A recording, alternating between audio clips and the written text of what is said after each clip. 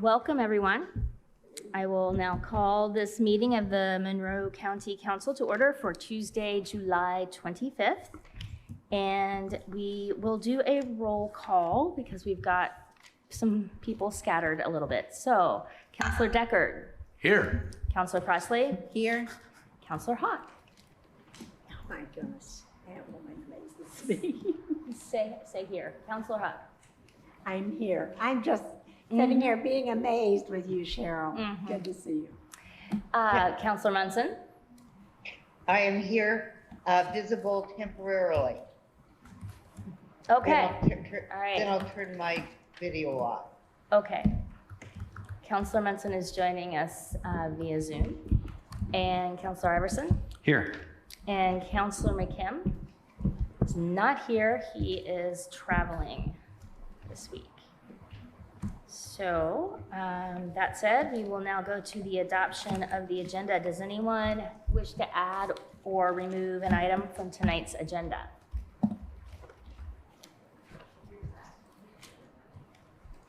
Nothing. Okay. Then we will move on to public comments. This is a time for comment on items not on our agenda. And we welcome members of the public here in the Nat U Hill Room or on Zoom to make any sort of statements they'd like. Do we have anyone in the room? If so, come on up. And if you're on Zoom, I'm not able to get internet for some reason, so I will rely on some assistance here. Raise your hand if you'd like to make a comment. Okay, looks like no comments. We will move to department updates. It looks like we have an update scheduled here from County Legal, Jeff Cockrell. Yes, and I think what I'm going to cover is also an agenda item, so I'm just going to do it here because I have Mr. Carnegie from DLZ here as well. At last week's commissioners meeting, during this staff time, we had talked about some of the questions that we're working through the contract with DLZ for the Justice Project. And so I wanted to get some guidance on a couple of different issues. And then I also pulled some information as far as financial information for tonight's meeting as well. So I guess there are two different questions I asked the commissioners. One is the contract as we're currently looking at it is structured so that each of the phases, and I believe there's 6 or 7 different phases, which begins with programming and master planning, and I put in that cover sheet, and I'll mention it here, we have not decided on exactly where it's going to go yet, so that is, we're kind of not there, but we think the programming, which is where they'll go and they'll talk to the various departments who are going to be affected by, I think we're going to master plan with the thought of having, at some point in the future, having everybody on the same site. Co-location seems to be important as we've gone through these discussions. So they're going to go around, talk to the various county departments, see what their space needs are, see how they utilize their current space, and kind of go through so that they have an understanding of what's going to be needed as they go through the planning process. So that's kind of phase one. That, along with master planning. Clearly, they can't master plan until we actually pick a site, but we want to get that programming aspect going as soon as we can. So after that, there's this schematic design phase, another design phase, there's the construction bid document phase, there's a construction phase, there's a closeout phase, and then I probably missed a phase somewhere in there, and I apologize. But the contract's going to be structured so that they're all in one agreement, and in order to move to the next phase, they have to get approval from the commissioners before they can kind of move on to that next step. And so we wanted to make sure everybody was comfortable with that idea on it all being in one document and not broken out into separate contracts. That's how most of these larger construction contracts are through the Architects Institute of America. They're called AIA documents. They have years of experience putting together these agreements and making sure they cover all the important items. So we were going to use that as kind of the standard form and make some changes based upon that. And that's kind of how it's been designed. And I think that's probably the best route going forward. The other question that we have is that, there are different ways we could handle the actual construction phase of this. One would be, well, there's really four. One I'm not going to mention because it would require county staff to oversee it, and I don't think that's appropriate, or I don't think you'll get the results you want. We just internally, I don't think, have the capability of handling that.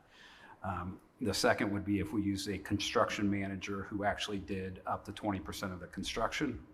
They could bid to do up to 20% of the construction on the site.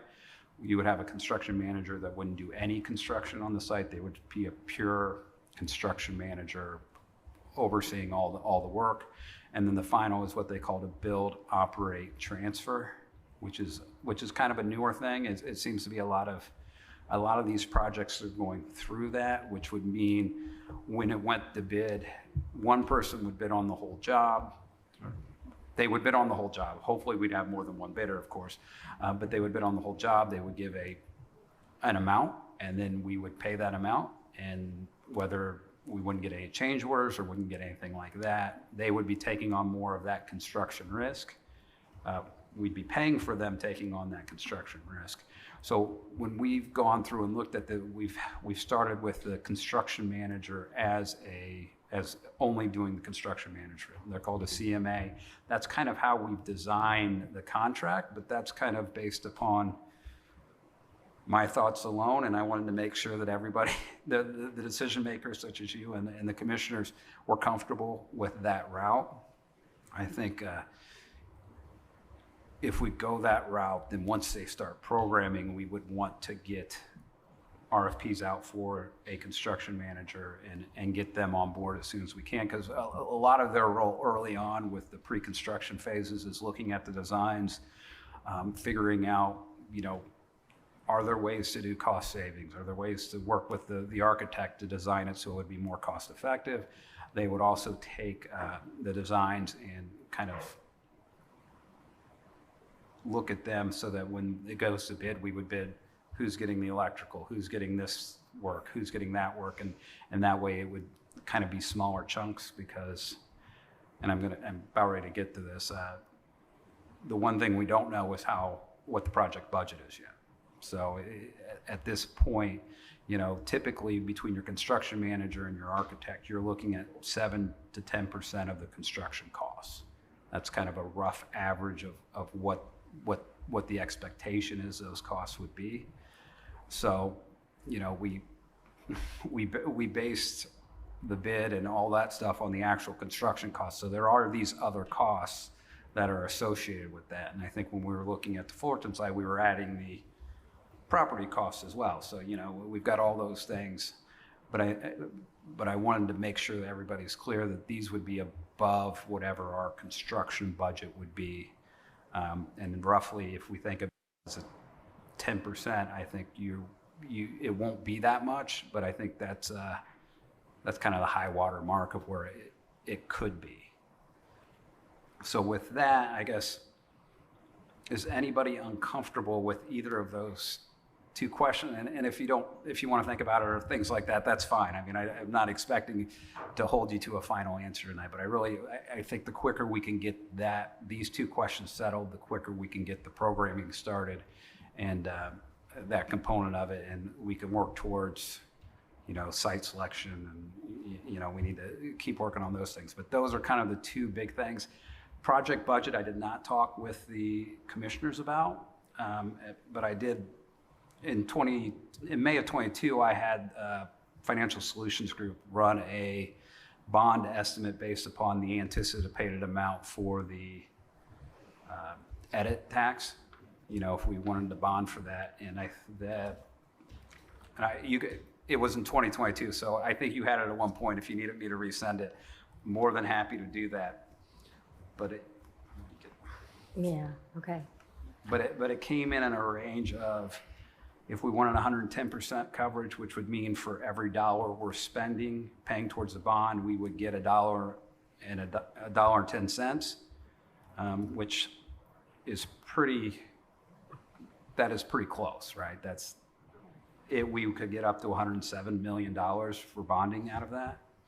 If we want to do 150% coverage, which is a lot more reasonable in my mind, we could get 79,900,000 was the estimates at that time. So, you know, I would tell you don't go to 100, that first one. Plus, we've got the added, the litigation about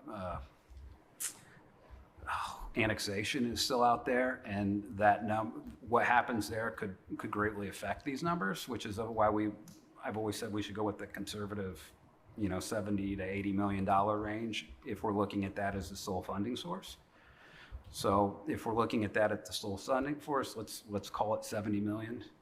Then you would think, well, if we're going to do a building of 70 million, then, you know, that plus these other costs will be about 77 million. So, you know, I guess that's my way of saying I think your maximum budget cost for the building should be no more than 70 million.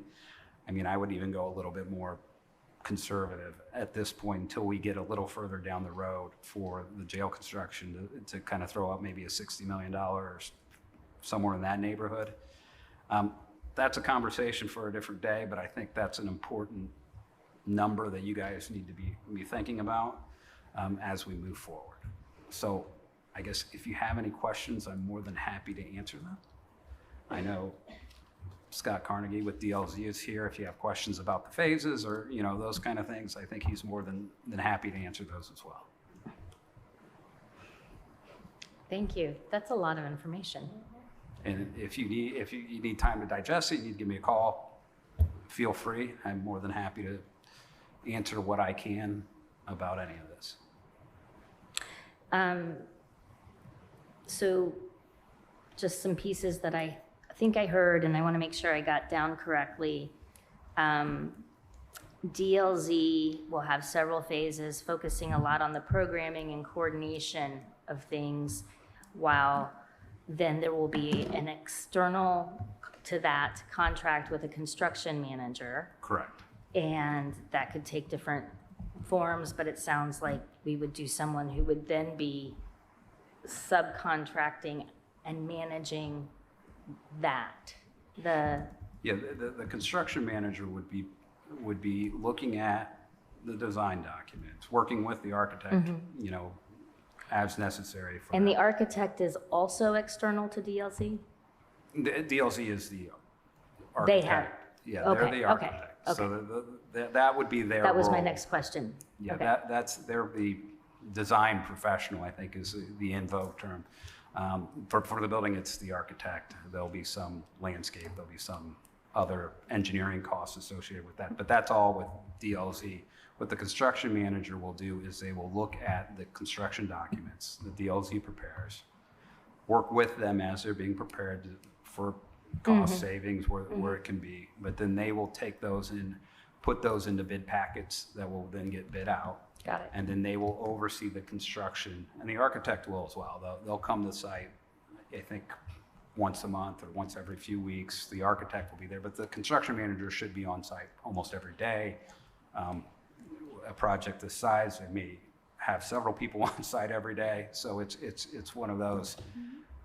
They're kind of the construction eyes and ears, and will alert us and make sure things are going as they were designed and planned. And if the design and plans at some point will need to be slightly modified because it's a big project, then they'll help us work through those kind of issues. And when you say that there's a 10% of the project cost, or, yeah, that I you would say estimate. that would be the high end of what I would expect. And that would, does that cover DLZ? It would cover DLZ and the construction. And the construction manager, got it, okay. All right, thank you, that gets me caught up with you, thanks. Are there questions? Councilor Iverson? Well, first of all, would it be helpful if I put the project schematic up on the screen to see the different phases as we're talking about this? Sure. And I'm going to use the schematic that is, excuse me, that DLZ submitted. So we can, oops, let me get to the right screen here.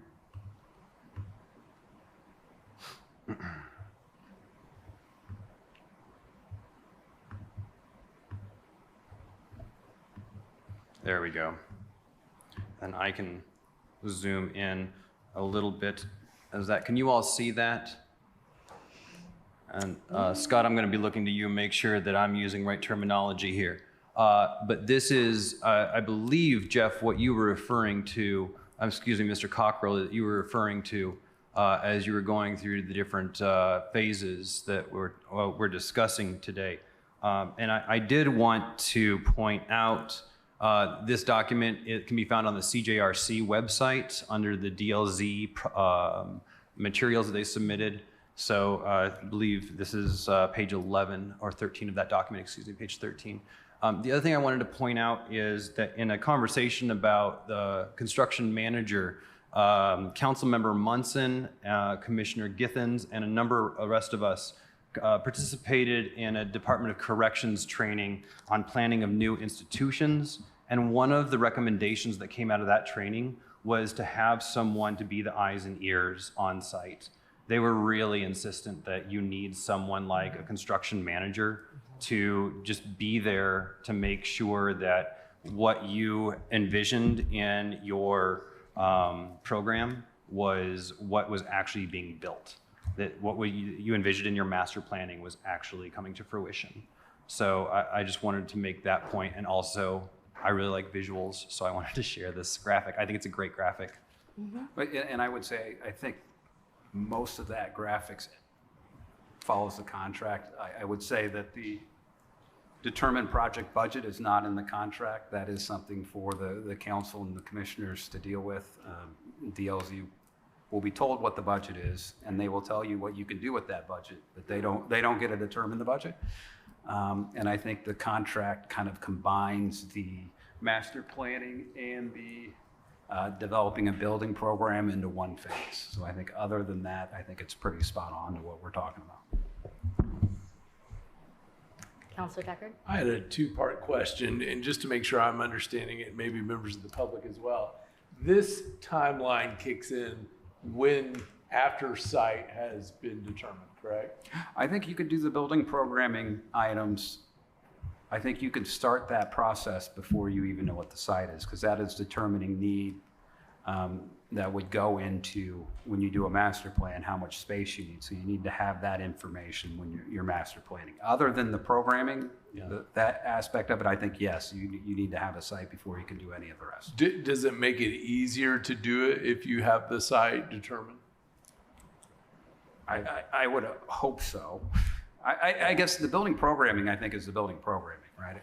I think if it's everything else, I don't know how you do it without the site. Okay. And then I guess the last thing I would throw out is on the construction manager, you know, a lot of times we look at project administration. I think more and more in government, we're going to be talking about project managers. But how do you, and maybe Councilor Iverson has some wisdom from the sessions he's attended, how do you ensure that the construction administration is doing what culturally needs driven you need in the organization, and you're not just adding another external person that could muck it up, for lack of a better, what works well with that so that it's not just another outside person being hired to do what you internally have to know? I mean, I believe in project management, but I'm curious any wisdom or thoughts on that. Well, and I could certainly talk to that. I know that Councilor Munson is on the line, as well as Commissioner Githens, who are at these sessions with me. So as I'm talking, please chime in. As you know, one of the things that we were talking about in the pony section, the planning of new institutions, put on by the National Institute of Corrections here in Monroe County, was that we asked the question, how do we know as council members that what we have budgeted is actually happening? You know, you and I are not going to be on the site, you know, and even if we were, we wouldn't have the technical expertise to say, you know, that goes there or that doesn't go there. And so there's a lot of folks in county government who have different roles, and this project manager would have that very specific expertise to say, this is what the council budgeted for, and it's not being done that way. And I think possibly too, this role could help in terms of trying to prevent project overruns in budgeting as well, because they keep it to whatever the master plan has been. Councilor Munson, did I get that correct? Put you on the spot here. I'm good. I've unmuted. Thank you. I think that's a very good summary, Councilor Iverson. And it shows that we need to have a construction manager involved early in the process. So looking at the graphic that you have illustrated, I would think it would come along soon after, before construction documents and bidding, and be part of at least a schematic design. Thank you. I appreciate all this. And if I could just add a little bit to that, I can tell you when we remodeled this building, I was one of the staff that looked at it, but we did utilize a construction manager, and that construction manager really helped educate us on, the different aspects of this project. I remember walking one of the uncarpeted floors, and he had a chain, and he's like, "This is how you tell if your floor's got hollow spots in it," and it made a different sound.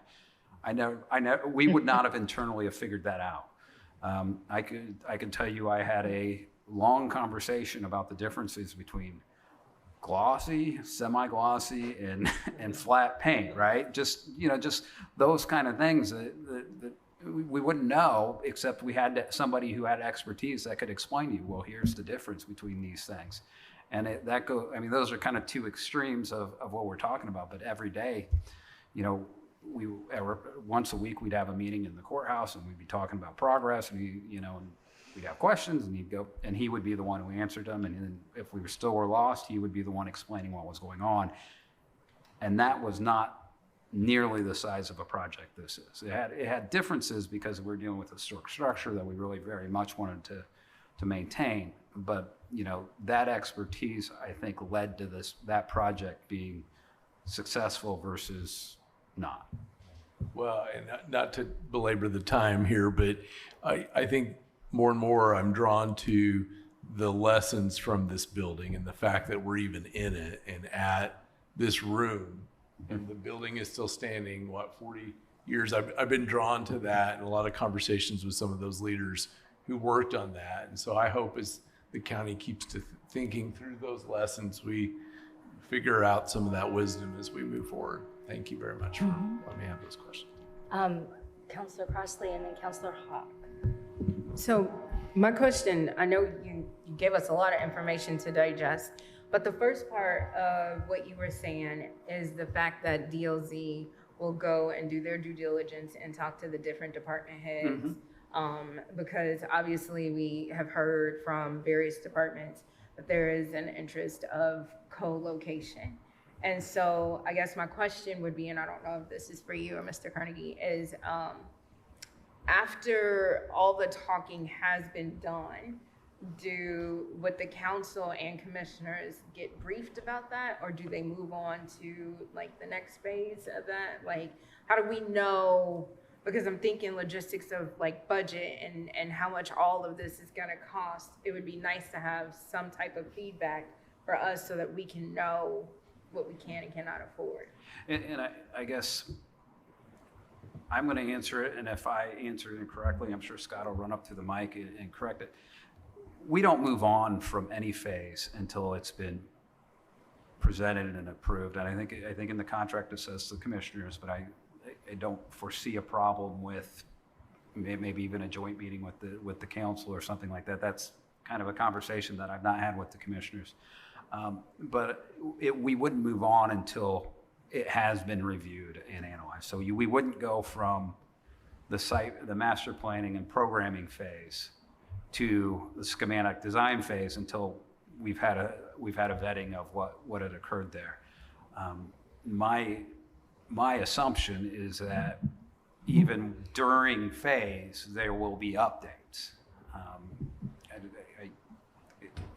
My other assumption is at least at the master planning part of it, it will be master planned. So assuming that whatever property we get is large enough to co-locate, that the assumption is that master plan will show co-location. And the hope is after the master planning, there could be some rough numbers as to, you know, the whole project would be X dollars, this component will be Y dollars, this component would be Z, roughly, you know, can't hold it to them because the market for labor and materials is not one that there's any, but you'd have a rough idea of what kind of scope from a dollar perspective. It shouldn't be really inaccurate, but it won't be to the cent. And so I think at that point, there could be a conversation about, you know, what route, and there should be a conversation about what route do we want to go, particularly if we're doing schematic design and then, you know, kind of final design. If the scope of the project now is to just build the correctional facility plus, you know, whatever amenities that come out through programming, the sheriff's department, my guess would be part of that, and whatever else that would be. But if we're gonna get a rough idea of what the whole thing costs, and you guys decide, go for it. I mean, I think I don't have any qualm with that the DLZ or the construction manager we have on site wouldn't allow for that kind of a change in the programming to get things done. I mean, Counselor Hogg? Yes, first of all, I fully agree that we need a construction manager. While I have great respect for many of the people that work here in county government, I don't think there's a one of us that have that kind of expertise. And so I wanted to start with that. And then also, any project that would even be half the size, we can anticipate there will be a lot of major change orders because people change their mind, and we cannot expect that to be free. Now, I thought I heard you mention some small amounts or however that will be addressed with that amount that you had already discussed.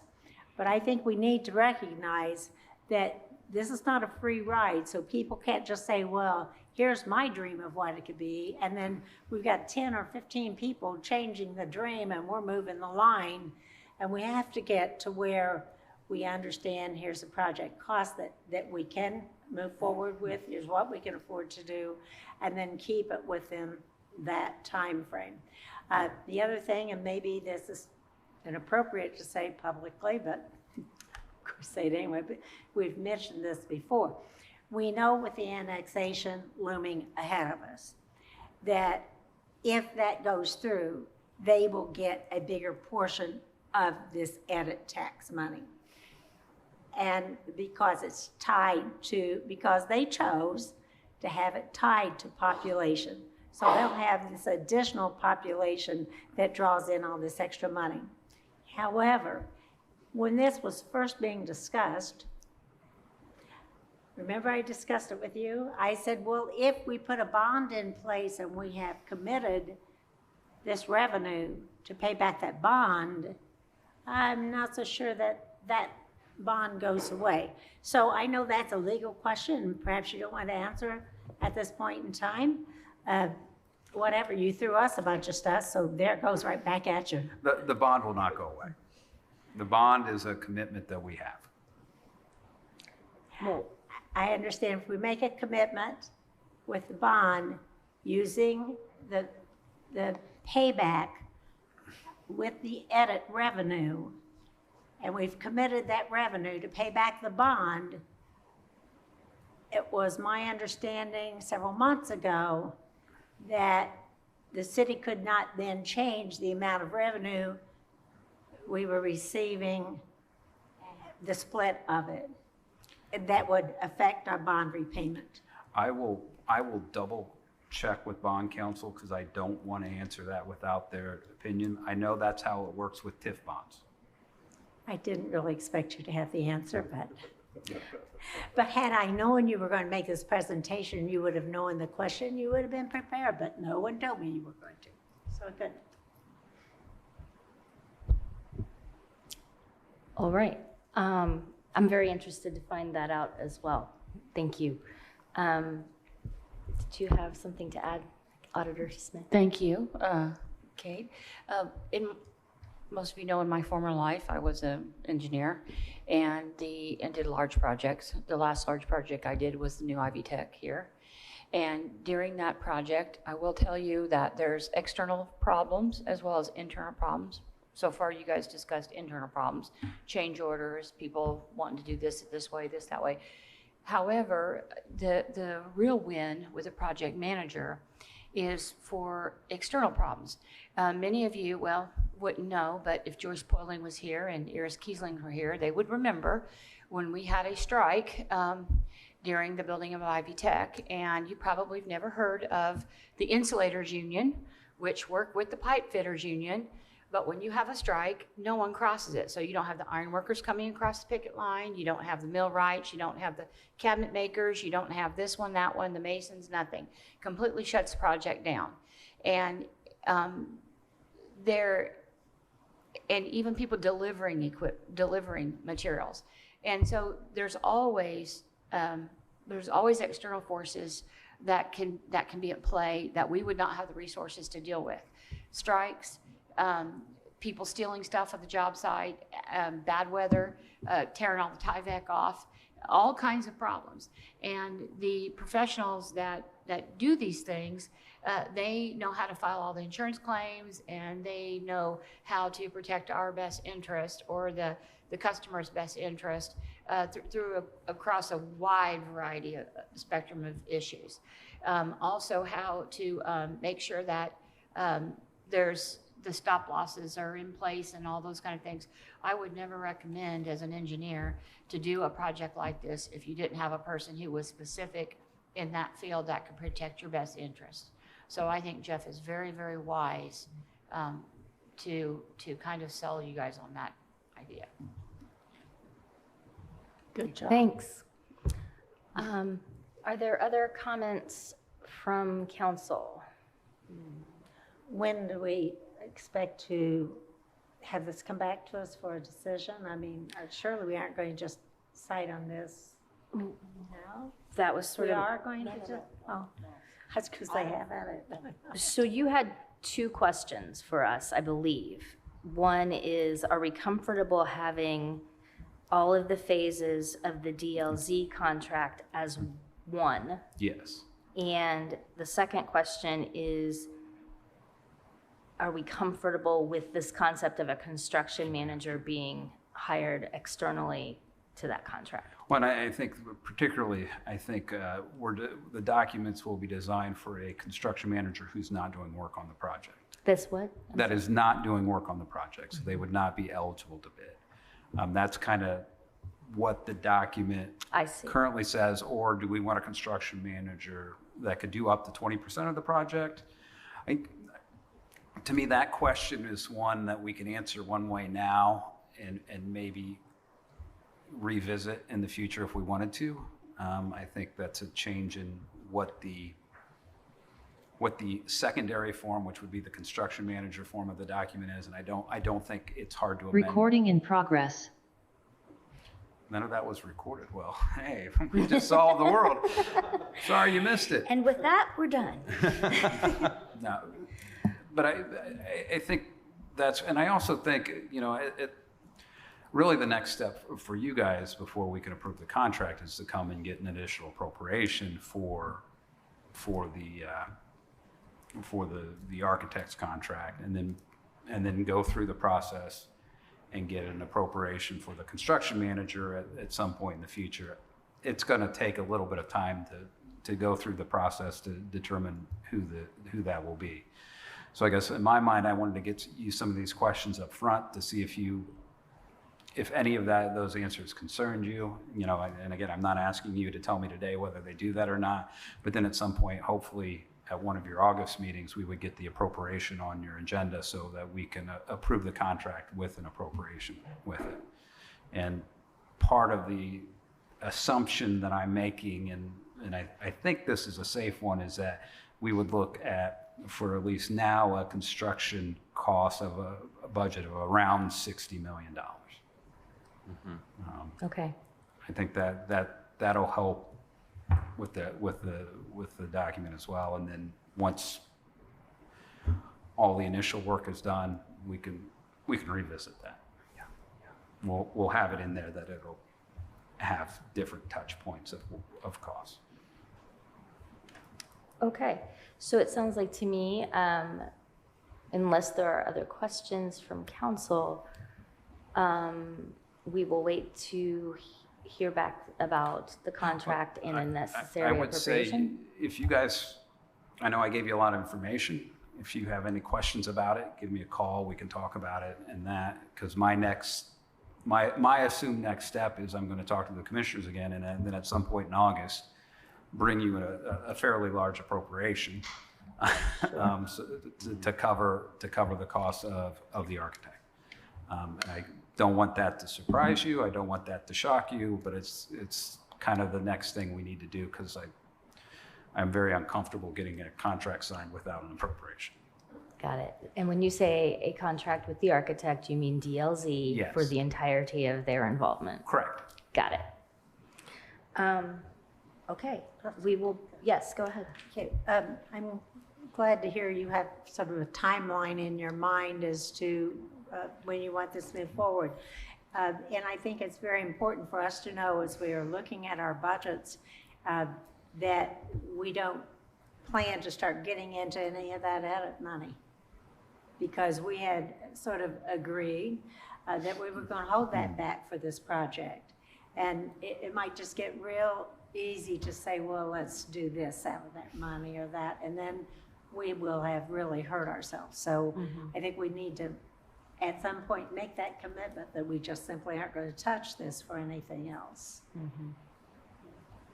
Just, Yeah, or, look at the analysis. Again, you said you might be looking at that again? Well, I think the state's getting ready to put out their lit update, and so after that lit update, I was going to have them look at that, kind of have Financial Solutions Group revise that study so that we can get numbers based Recording upon the in next progress. year's updates. That would be great, yeah. I think that would be helpful. Okay. I have some questions, but they're for later, and I can certainly be in touch. I'm in the same boat. Yeah, because sometimes when you have questions, you don't want to say them out loud until you've actually looked at some more stuff to make sure that they're legit. Anyway, moving on. Thank you for that. That's really helpful and a lot to think about. And just in case anyone missed that, that was a department update, but it covers one of our agenda items. Yes, Down at 15. Number 15, is that right? Yes. Thank you. So we will get to that and take care of that and skip it. Are there other departments who would like to provide an update? Well, hello again, Auditor Smith. Hello, everyone. And we actually have a couple, but I'm going to start off and then I'm going to switch it over to Bree. I want to remind everyone that the property tax schematic as it is an 18-month rolling window, okay? So we may be collecting property taxes fall or spring, but the assessor is always assessing, and we're always putting deductions on, and it always rolls over all the way through and including 2 settlements a year before the money gets out to the units, and we're a unit as well. So the beginning of that is not just to look at the assessment of a property, but to see what deductions are applied to that. And that affects you guys because, and every other unit, because it affects the availability of funds. What's going to be out there for you guys to spend eventually, once it's collected and distributed. So we usually call these deductions or exemptions, and there's a couple different kinds. There's personal ones, and then there's like collective ones, like a TIF. is a way of decreasing availability to units, right? Because money goes someplace else. So you sort of have to follow the money on what we actually do with the assessment and how it computes with the tax rate. So I want to make sure that you guys understand that the mortgage exemption has went away in its entirety. And if you own a house or a mobile home, or even have a contract on one and use it as your place of residence, your primary place of residence, your home and up to 1 acre of land that surrounds that home qualifies for a homestead exemption.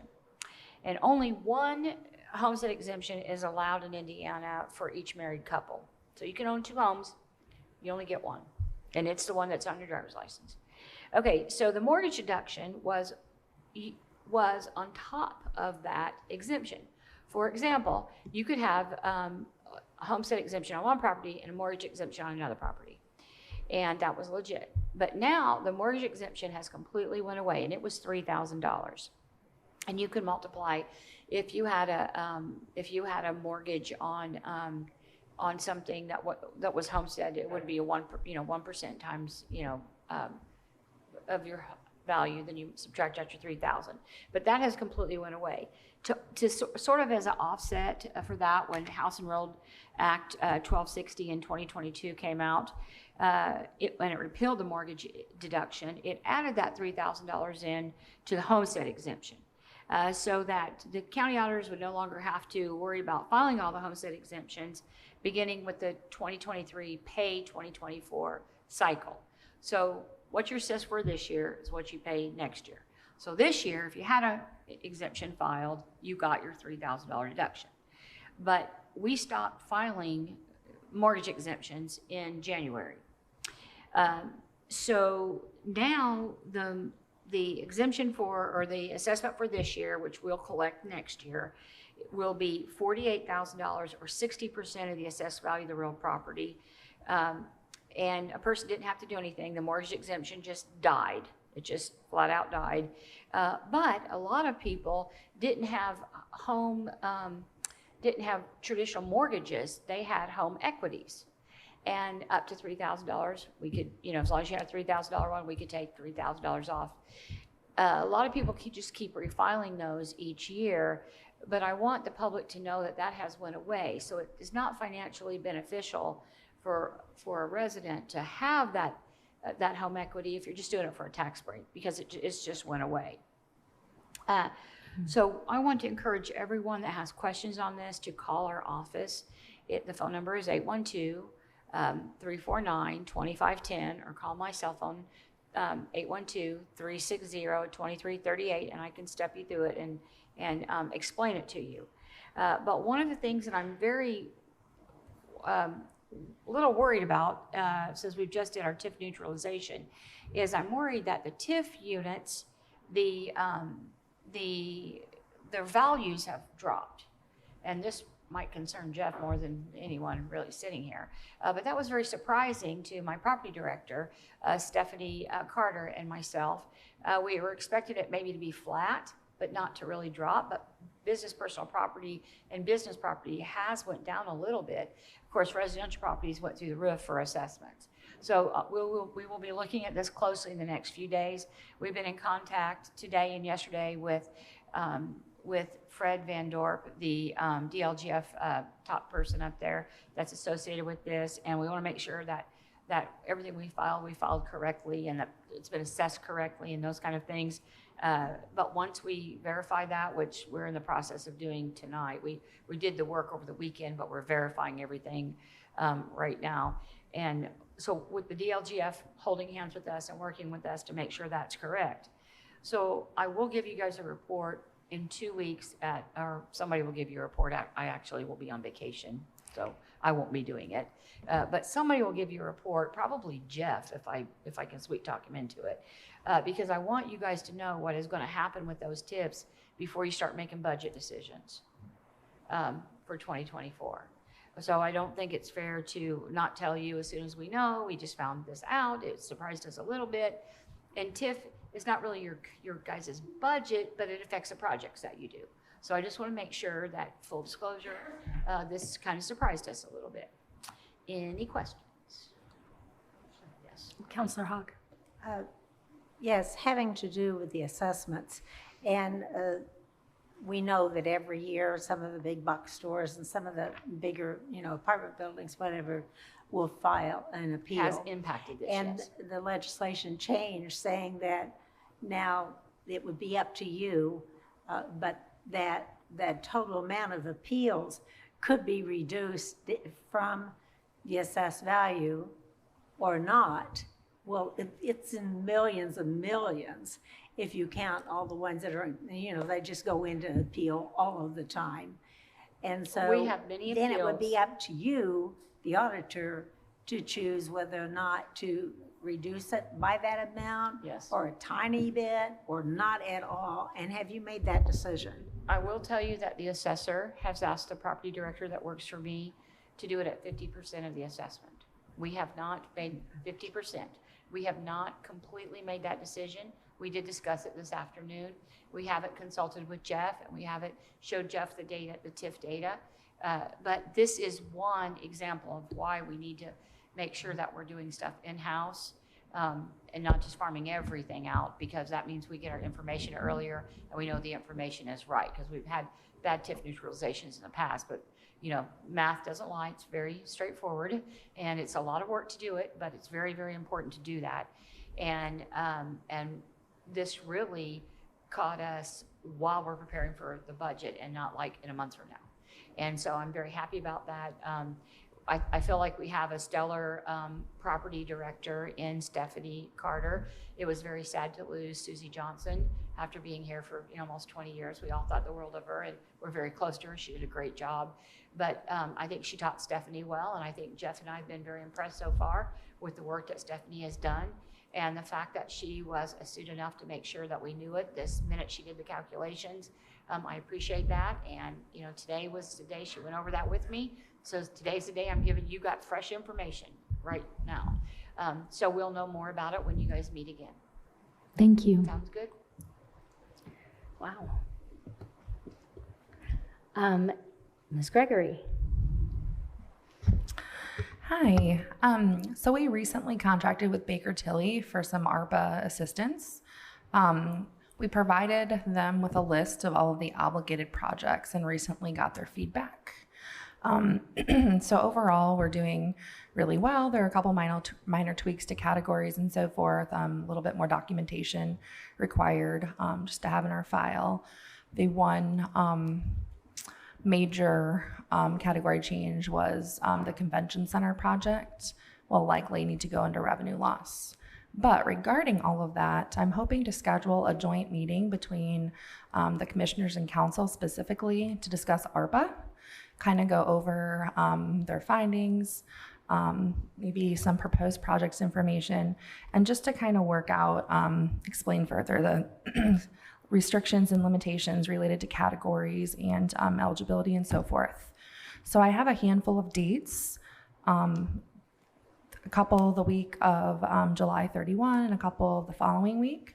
So we'll just kind of see what works best and get that noticed and on the calendar, if that works for everyone.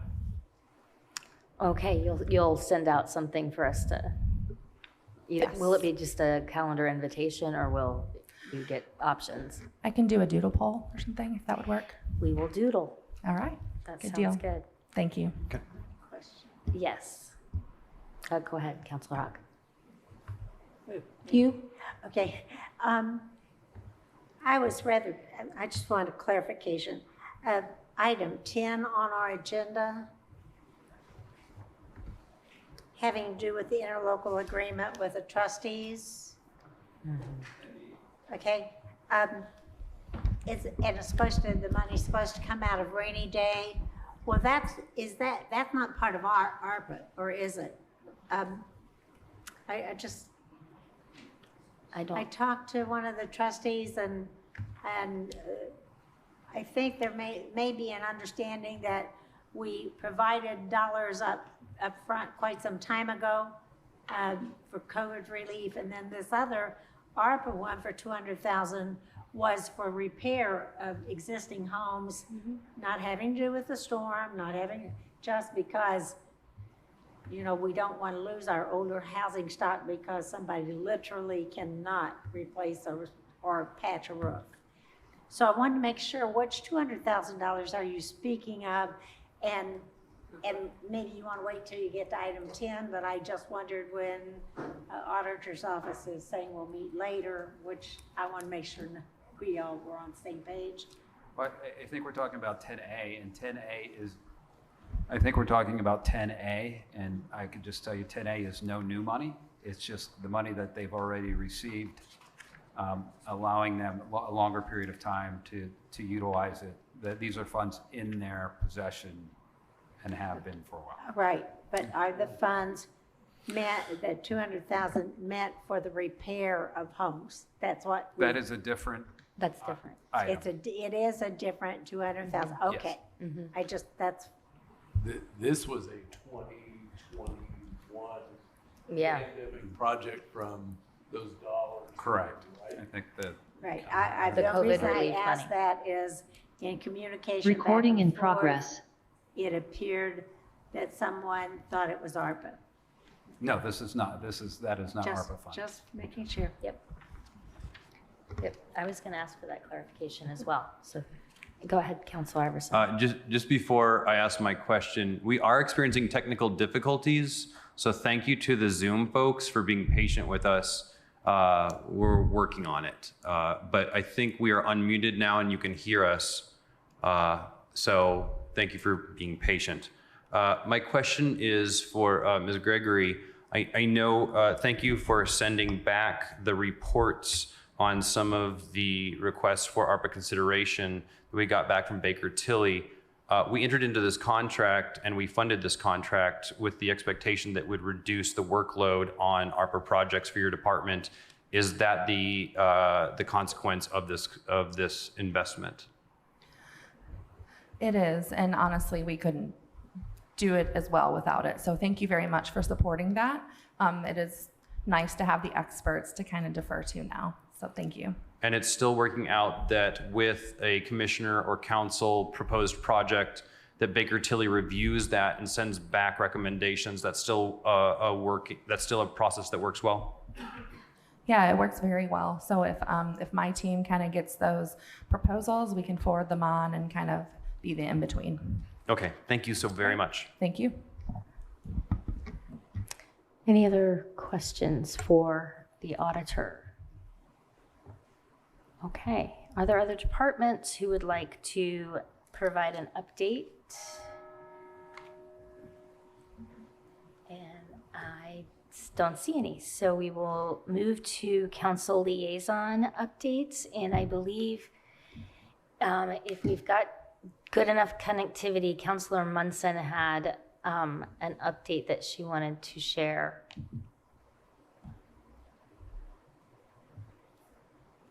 Greetings, everyone. I hope this is working. Can you hear me? Yes. Good. I wanted to offer just a few quick words about the upcoming Sophia Travis grant considerations that the council will be giving. And we have started the process. That's really the public part of the process. And on tomorrow at 4:30, 39 applicants will have time to make brief 5-minute presentations about their organization and proposed project. And this will be televised by CATS, available through their archive, of course, and also live to anybody who wishes to attend at 4:30 here in the Nat U Hill Road.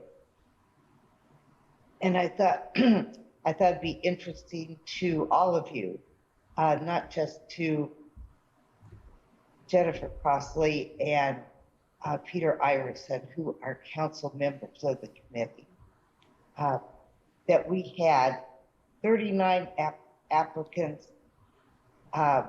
applying for use of up to $160,830. And their request as always, exceeded the amount we have available. This year, they're requesting a total of $292,427. And that difference is notable for you all. It's $131,597. So that you can see that the projected need of our social service organization is substantially high compared to what the county has felt that they can offer to these organizations. And of course, some organizations have ARPA requests in, but the kind of smaller projects that are funded by Sophia Travis Grant are staying the same. Many of them are very similar to those in past years. But the need is just greater, and I don't think this is just inflation. So I wanted to give you that quick update. Thank you for that update, and sorry, it got me thinking, and I started writing, and now I'm like. So I will say Jennifer Crossley will be chairing the presentations tomorrow afternoon. And I hope if you get a chance, you will look at them live or on the CATS archive. Great, thanks. It'll be lovely.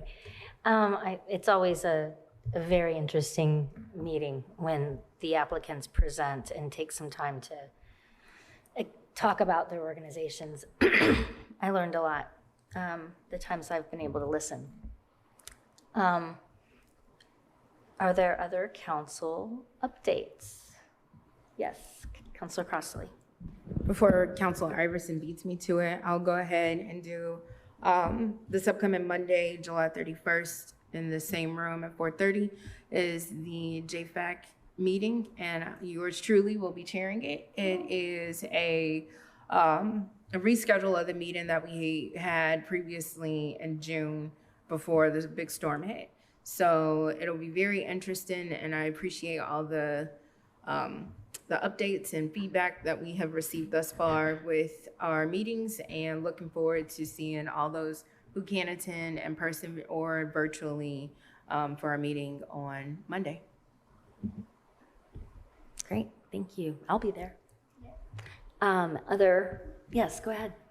Yes, I really thought perhaps Councilmember McKim would be here because we've been in discussion about ways that we could, without raising taxes to anyone, that we could bring in the dollars to help pay for some of our things that we want to do and that we've already done with budgeted expenses for law enforcement and the jail.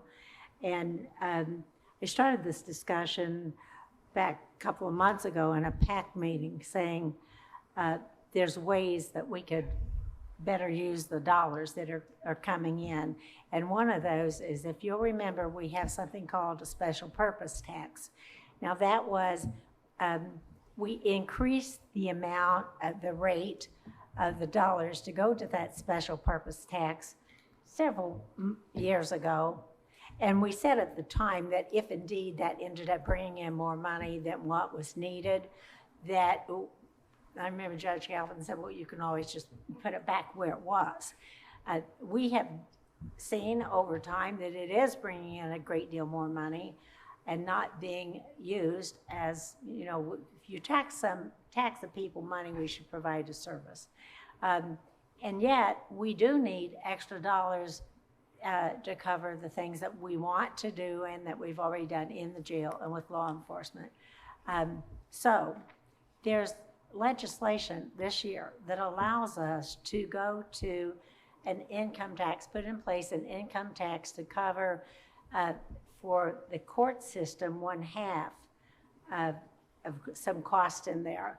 And then you could use the money that you've saved then out of county general, that would free up that money and be allowed then to use it for what we've wanted to do to raise and have already done, was we raised the jailers' revenue, their salaries, as well as law enforcement. So it wouldn't be a new tax to individuals, because if you reduced it from one tax that the county is totally responsible for, and put in place another tax that the county is totally responsible for, then it seems to me that that would be a better use of the taxpayers' money. Now, we just received information today that said, and I was just now reading it, the amount is tied to, the tax rate must be in increments of 1/100th of 1%, 0.01%, and may not exceed 0.2% of 1%, 0.2%. So now I'd have to look at, and I'll ask the auditor's office and legal department to be going over this to see what that would do to the special purpose because it requires us to do it in no less than 0.01, to see what that dollar amount would be, bringing it over. That's one thing we could do. The other thing we could do is that we could then, rather than putting it over into that court cost, we could put it in place, which is totally up to the county council as well, the jail tax. And that is tied to, that's something we can do this year. And they changed the amount that you can use for operations in that. And that's in the same, it's in the same direction. At any rate, it allows you to use more than the 20%. In other words, if you're going for a new tax, you already have the tax in place, they'll let you go up to the 3. But if you don't already have the tax, you just stay at the 2, but you're allowed to use all of the 2 for operations. Now, that's what I think I read, and I read it very quickly, just, this afternoon. So I would expect some research to be done on that. But here's the reason why. It's up to us. But we have to recognize that the total amount, not the special purpose tax, because that's on top of the 2.5% that we are allowed to do. But when we move it over to the other, either we do the jail tax or we do the court cost, those have to be within that total 2.5% that we are allowed as a whole. But we don't have to ask the city's permission, because it is our choice. But if it was already up to 2.5%, we wouldn't have that opportunity, because it can't go more than 2.5%.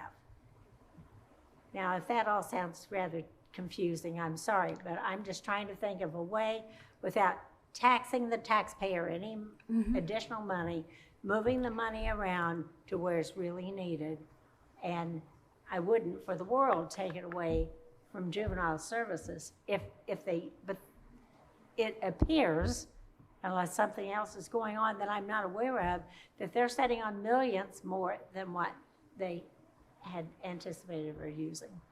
So I think that is something okay, I'm seeing the auditor's office going, so there may be reasons why we cannot do this, but there's deadlines that we have to meet, and in order for us to include this in our budget, I think we should know if we want to move forward with it, and decide whether or not we're going to have that extra money to cover jail expenses for law enforcement. Well, I think this sounds like something we definitely should look into. And starting with, I know that we moved things around in terms of what was being paid out of different lits, and that might have just been around the PS lit, but I thought we had looked at some stuff around the juvenile or special purpose. So is that something that our office could work with your office and legal to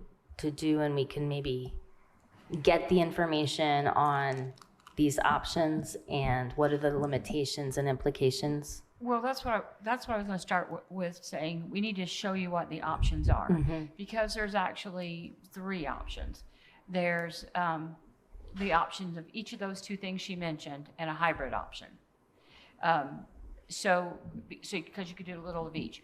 There's a maximum you can collect for lit, and let's remember, if you collect the maximum of lit, that's $2.50, basically out of every $100 a person makes that lives in the county that earns.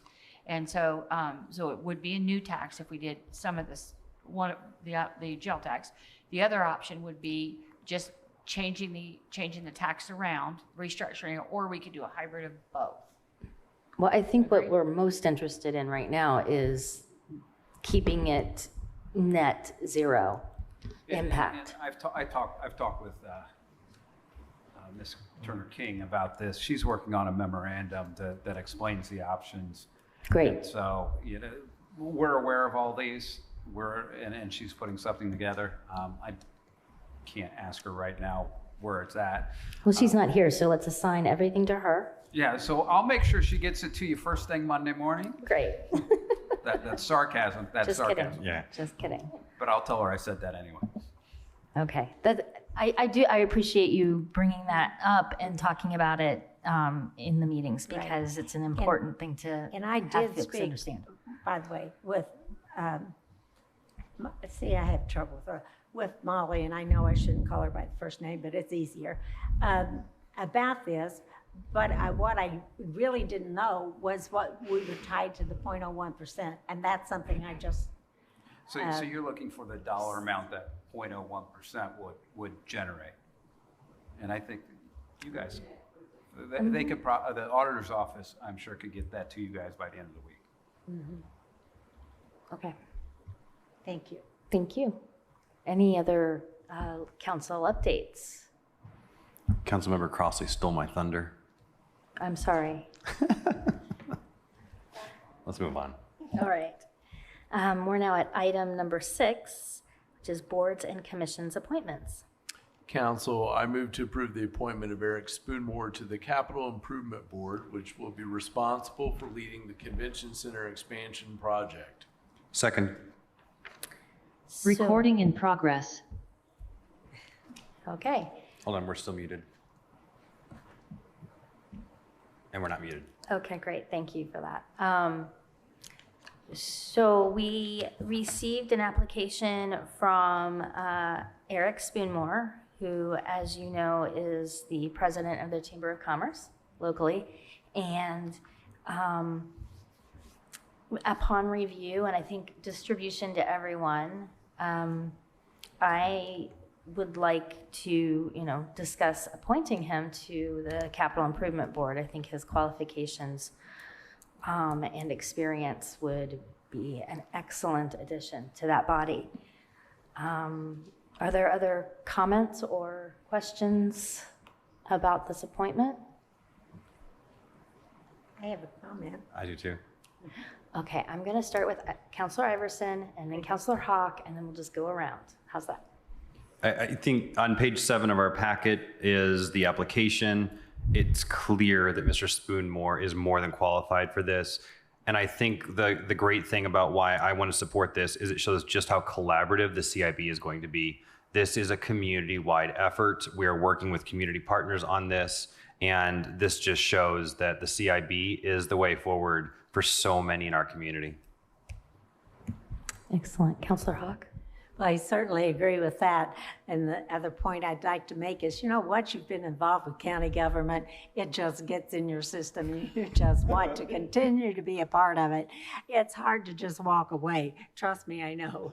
So I really welcome his expertise on this and his assignment to get this job done. So Yeah, great. I think we'll be pleased and work well together.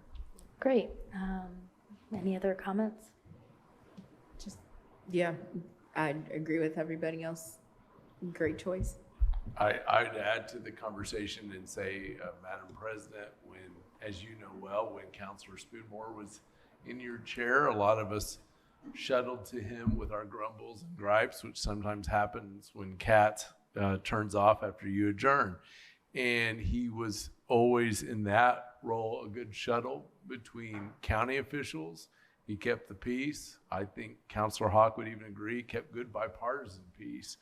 And I've noticed that post his career has done that between city and county in an era when I think the taxpayers would say we need more of that.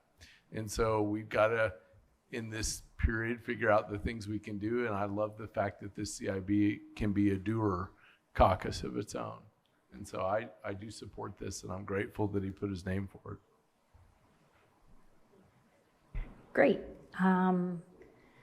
If there's no more council comment, then is there any public comment on this item, either online or here in the room? I am not seeing any hands raised. So could we have a roll call vote, please? Counselor Hawk, Yes. Counselor Deckard, Yes. Counselor Crossley, Yes. Counselor Wiltz, Yes. Counselor Munson, Yes. Counselor Iverson. Yes. Motion passes unanimous. Thank you. And congratulations to Mr. Spoonmore. Next, we have item number 7 from the clerk's office.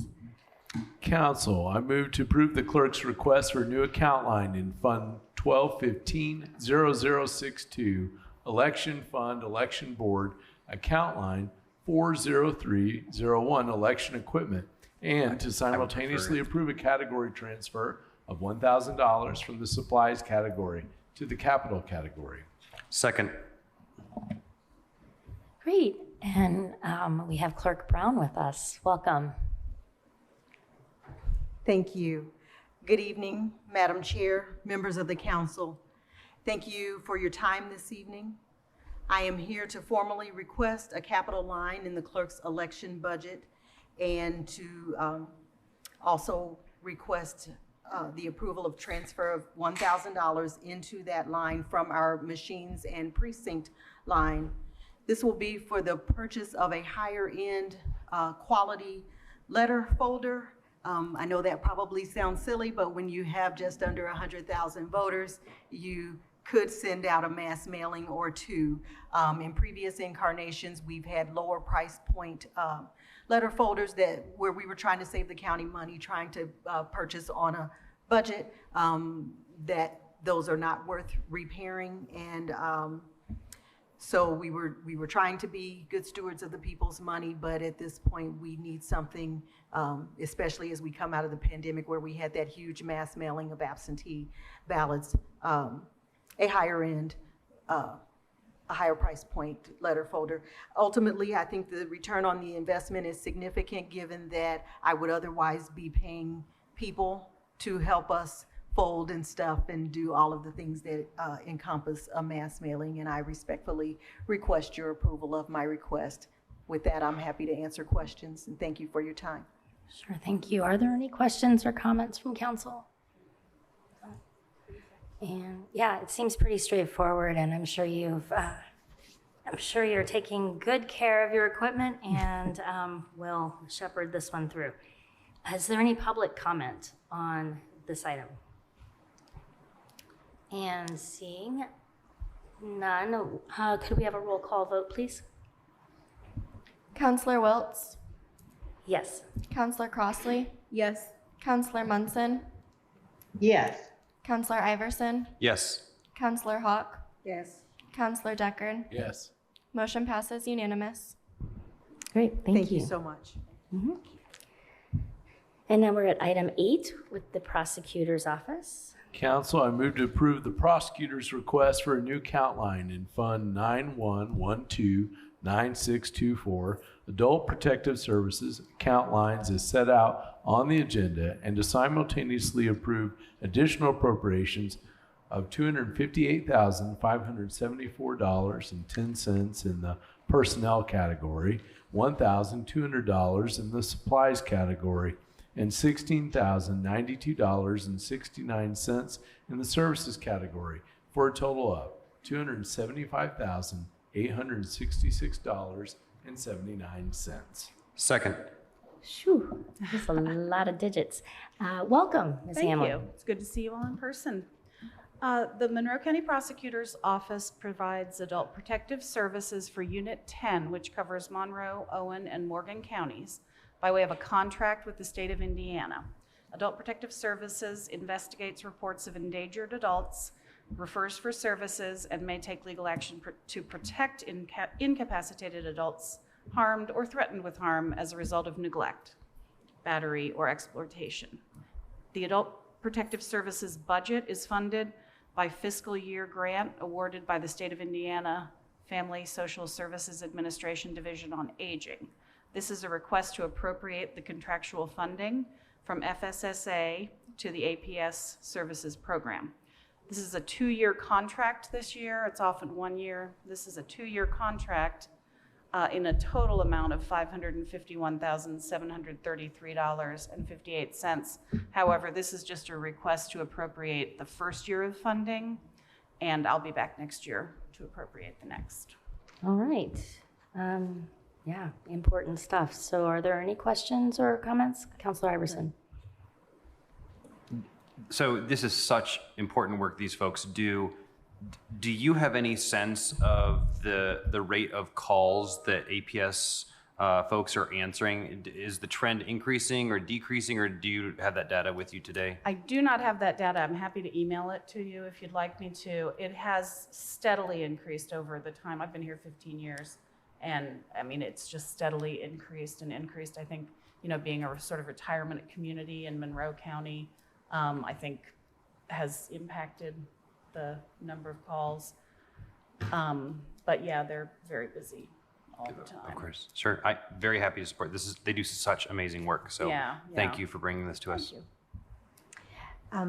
Just wanted to make sure that you have it covered where you can move money around to cover any increase in salary so that we're not having to make up the difference in some other fund. Yes, I've actually projected higher salaries on my lines here. I don't know what raises may or may not be, but I've incorporated that here. So unless we get really big raise, we should be okay.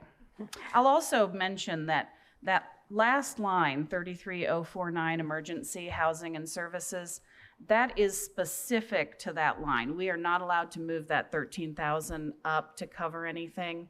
That is sort of separated within the contract specifically for emergencies, for endangered adults. Thank you. And I'd just like to mention, in light of your comments, that it's not just older adults, it's adults with disabilities. And, this really protects and serves a lot of people. And it's something that you don't hear about, I don't think, enough, really. Yeah, I agree.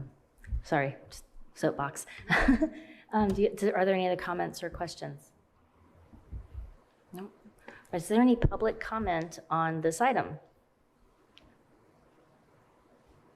Okay. Did she mention that it's more than one county? Yes. Did Yeah, she? it's 3 counties. Missed it. Yep. Okay, I see no public comments. So could we have a roll call vote, please? Counselor Iverson, Yes. Counselor Hawk, Yes. Counselor Deckard, Yes. Counselor Crossley, Yes. Counselor Wiltz, Yes. Counselor Munson. Yes. Motion passes unanimous. Great. And that brings us to item B. Council, I move to approve the prosecutor's request for a category transfer in Fund 1000-0009, General Fund Prosecutor, from the Personnel category to the Services category of $40,000. Second. This is a request for a category transfer. We've had 2 vacant deputy prosecutor positions open in our office, so we've got an excess of funding in the tens. We've also had a number of jury trials in 2023, and that has depleted our trial preparation and travel. We have to fly witnesses in and such as that. So this is a request to move that money down so that we can get through to the end of the year. It seems quite reasonable. Counselor Deckard? and I know we've talked about this, but I just want to point out the thing that's saving this or creating the opportunity is actually another headache that you all have, and it's those vacancies. Yes, they have been vacant for, I mean, I think the felony's been vacant since February, if I'm remembering correctly. And Erica, Prosecutor Oliphant, is covering that felony caseload. We've got somebody lined up, hopefully, for the misdemeanor. He's taking the bar as we speak. So hopefully we'll fill that maybe in October when he is sworn in. But in the meantime, we are just all hands on deck. Just to point out to council, that's a lot of pressure on the prosecutor's office around those vacancies. I know we have vacancy issues everywhere, but literally the old, does the prosecutor go in the courtroom? She's doing it a lot these days. Yes, she is. There's no ceremonial role to that. So just something as we move towards budgets that I think we all have to kind of be mindful about. And it does make it difficult to manage other interests of the prosecutor's office, sort of creative solutions and that sort of thing. I mean, she's certainly burning the candle, but it would be nice if we could hire a qualified felony deputy prosecutor. If you know anybody, send them my number. Put the word out if you know anyone. Other comments or questions on this? All right, any public comment on this item? And I see none. So could we have a roll call vote, please? Counselor Munson, Yes. Counselor Iverson, Yes. Counselor Hawk, Yes. Counselor Deckard, Yes. Counselor Crossley, Yes. Counselor Wiltz. Yes. Motion passes unanimous. Thank you all, and again, it's good to see you in person. Thanks. Good to see you as well. We're on item number 9 with emergency management. Council, I move to approve the Emergency Management Department's request for a new account line 211. Pardon me, I'm going to say that again for the record. 20011, other supplies, in Fund 4931 0000, Emergency Management Walmart Grant, and to simultaneously approve a transfer from the contractual category to the supplies category for $1,000. Second.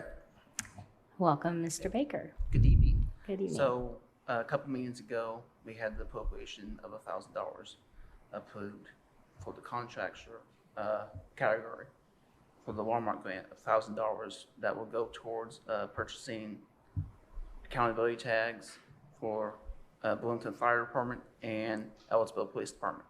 So we're just requesting a category transfer from the category to supplies to purchase them. Sounds good. Are there any questions or comments from council? Okay, are there any public comments on this item? And may I have a roll call vote, please? Counselor Crossley, Yes. Counselor Wiltz, Yes. Counselor Deckard, Yes. Counselor Munson, Yes. Counselor Hawk, Yes. Counselor Iverson. Yes. Motion passes unanimous. Okay, thank you so much. Thank you. Now we're on item number 10 from our legal department. Council, I move to approve ordinance 2023-19, an extension of the interlocal agreement with the Monroe County Trustees Corporation. Second. And yeah, would you like to tell us a little bit about this, Mr. Cockrell? Yes, Jeff Cockrell, Legal Department. We touched on this earlier. This is an agreement, an interlocal we had with the trustees for a couple of years now. It obligates the county to upfront $200,000. The previous term had expired for them to utilize that funding. They've requested from the county additional time in order to get the funding utilized. This is not part of the ARPA program. So just an extension on time, not Correct. an extension of money. Correct. Got it. Are there questions or comments from council? Yes, Counselor Hawk. Do we know the total of what has been spent so far? I do not know off the top of my head what the amount that's been spent so far. My memory. As I understand, it's like there's 3 trustees that are on this committee, and they work with that. Is that how they're doing it? And Efrat is the president of that trustees Yes. group, Yes, so she probably knows the dollar amounts and so forth. Okay, just. It would be great to kind of just hear about how that's doing. Is that information easy to get? I am sure that will provide it if requested. I don't know if the auditor has it internally in their office right now or not. No, Okay. that would be great. Thank you. The reason I ask it, and I know that I heard, through the grapevine, that there is a trustee who is not fond of this program moving forward. So I just wanted to make sure that the trustees are on board and that is something that they still wish to do. The request came from And it may very well the. be that the discussion was about the ARPA fund for repairs and not for this. I don't know. That they need to speak for themselves, and I don't want to put words in their mouth. Okay. We'll look forward to getting an update on that then. Now we are on item 10B, and Was there a vote on that? We did not vote. we didn't vote on that. Well, let's vote on that. I was going to make a comment real quick. I don't know before what we I'm did. doing. I just got like, let's get it done. Sorry. I lost myself. I was going to just make a quick comment that I appreciate a couple things. Number one, that Hold on, Mr. on the Decker. counties, We lost connection. I just want your words to be heard. Recording in progress. Your sage wisdom might be me. must be recorded. There we go. You're back on. And I think it's me. I was just going to comment. As we've looked at this, I vividly recall when we adopted this in the pandemic because life was so awful then. And I appreciate a couple things. The first, the quickness that the county displayed in jumping in on that. And I also appreciate that the trustees did not say no, much like they do in a lot of things. And I'm grateful to the trustees. One thing that if there's something we're not getting right, I hope that they're always coming to tell us because they're so close to government and sometimes in the county or to the people the complexity of county and city, sometimes they get left out of that shuffle, and I think that's inappropriate because they do have those conversations. So this request is from to extend this. Okay. Yeah, that's an important note. Okay, so are there any other council members with comments or questions? Any public comment on this item? And could we have a roll call vote, please? Counselor Iverson, yes, Counselor Hawk, Yes. Counselor Munson, Yes. Counselor Deckard, Yes. Counselor Wiltz, Yes. Counselor Crossley. Yes. Motion passes unanimous. Thank you. Now, we are at item 10B. However, due to some actions on the commissioner's part last week, they took up the same item and tabled it. And so I think it would be appropriate for us to do the same, and I would entertain a motion. Madam Chair, I move to table item 10B indefinitely. second, Thank you. Any questions or comments on the tabling? There's no discussion on table, so. Oh, there isn't? I guess not. That makes sense. That's good. Okay. So, all in favor of tabling, I still need to do a roll call, don't I? Yeah. Yes. So could we do that? please. Sorry. Counselor Deckard, Yes. Counselor Iverson, Yes. Counselor Hawk, Yes. Counselor Welts, Yes. Counselor Crossley, Yes. Counselor Munson. Yes. Motion passes unanimous. Thank you. Okay, now we're at item 11. Council, I move to approve the request to update the job description for the Commissioner's Administrator. Second. Hello. Welcome, E and Angie. Are you both coming? Okay. So we have an updated job description and we have lots of things. So Yeah, there's tell a me. few items. I'll give you a little background. There was some turnover in our department, and we decided to make some changes to the structure in the department. And so part of that is that the personnel administrator position is both positions in the Human Resources Employee Services Department originally reported directly to the Commissioner's Administrator, and now the Personnel Administrator is going to be the department head of that department and oversee the other employees in the department. And so we had to update the Commissioner's Administrator job description to reflect that, and also updated the org chart. So that's the minor change to that job description.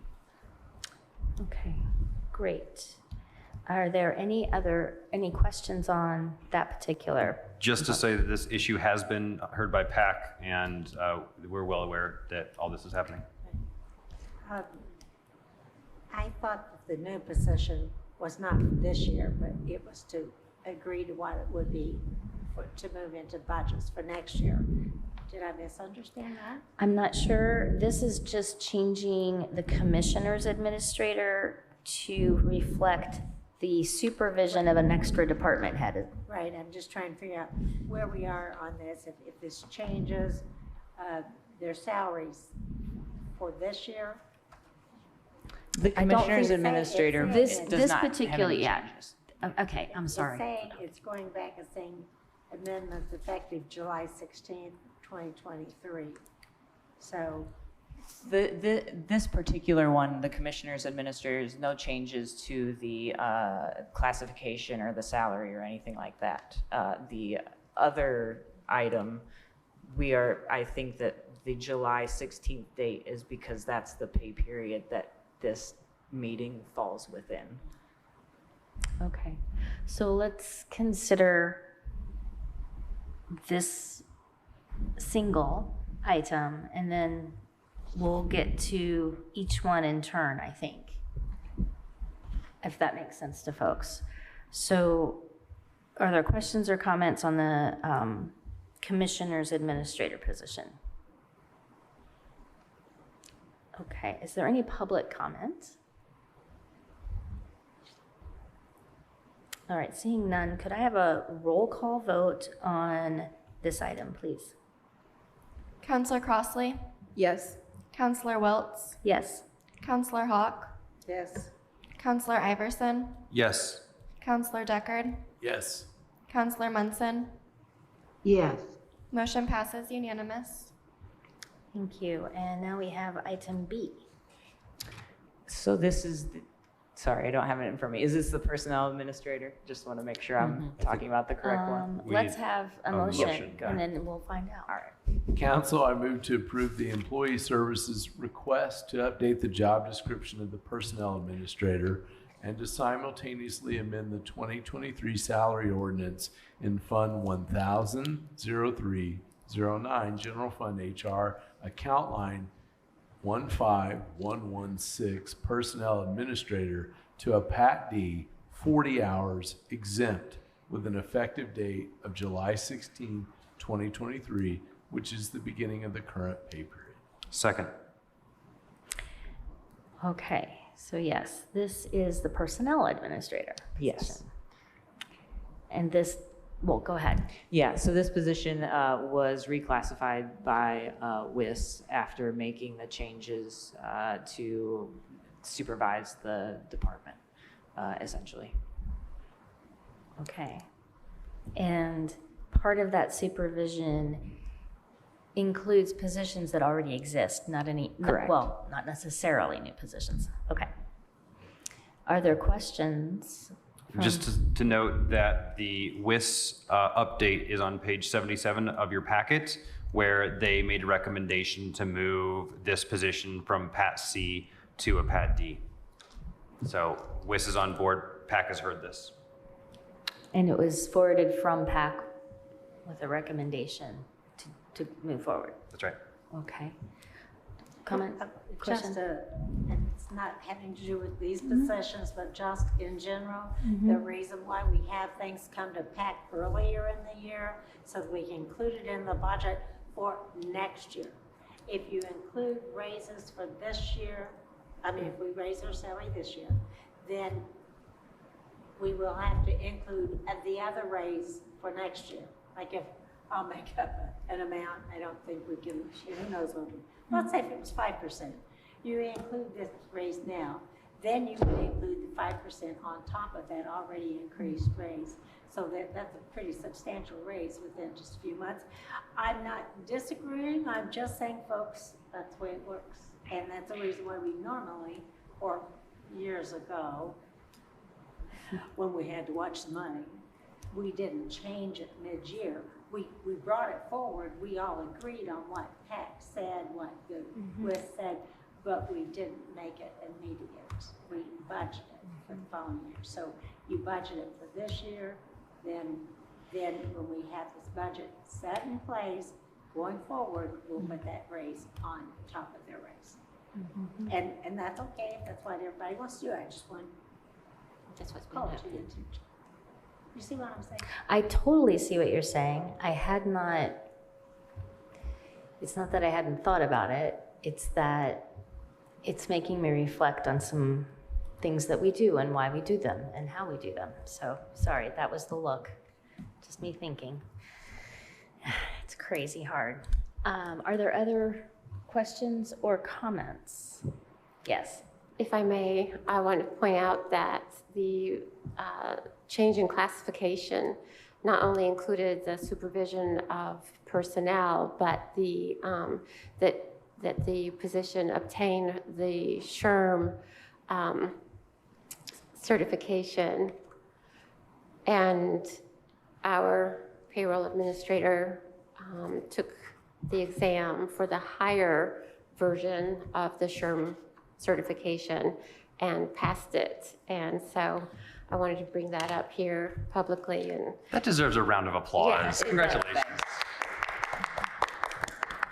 That is a big deal. Congratulations. Thanks. And Yes. what is SHRM? Can you tell the public? Society of Human Resource Management. Thank you.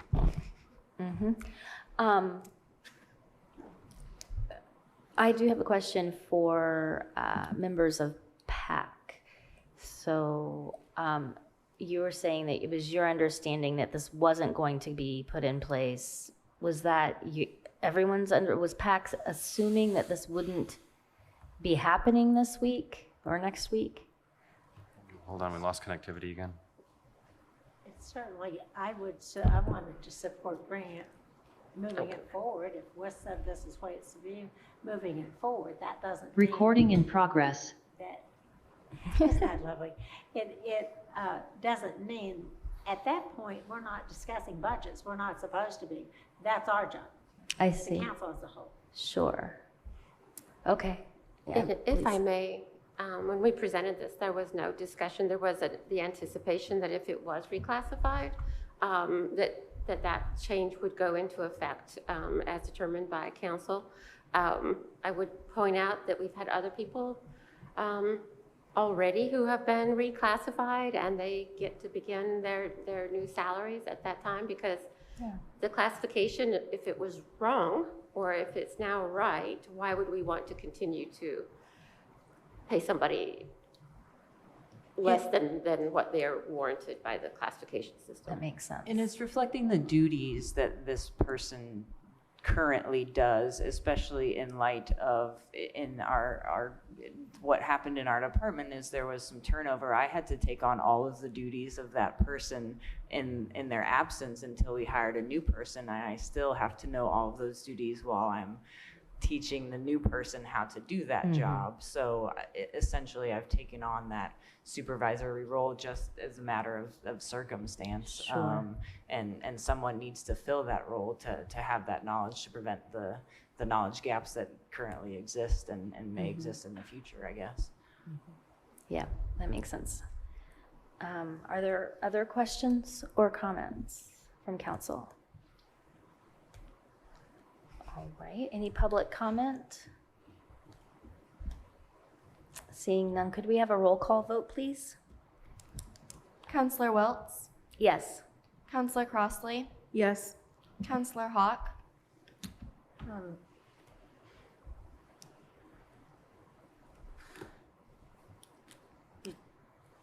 You see, because it says, amend the 2023 salary ordinance, it means that I am agreeing the raise goes in effect now. Yes. And I'm not happy about that, but I do believe that the difference in the classification is correct for next year, but I'll vote for it. But I think we need to take a hard look at this, folks. What you do for one department, you've got to do for all. Yeah.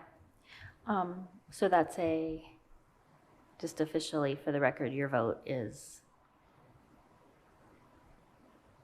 Oh, yes. That's Yes. what I said, Yes. didn't I? Counselor Iverson, Yes. Counselor Deckard, Yes. Counselor Munson. Yes. Motion passes unanimous. Thank you. I think we're on C. Council, I move to approve the employee services request of a new job description position, an ESD assistant, and to simultaneously amend the 2023 salary ordinance in Fund 1000-0309 General Fund HR, adding account line 10089 ESD assistant, comment C, 40 hours non-exempt. Second. Okay. Tell me about this one. Sure. This is a request for a new position just in light of reviewing the structure of the department. We brought this to PAC and the job description went to WIS.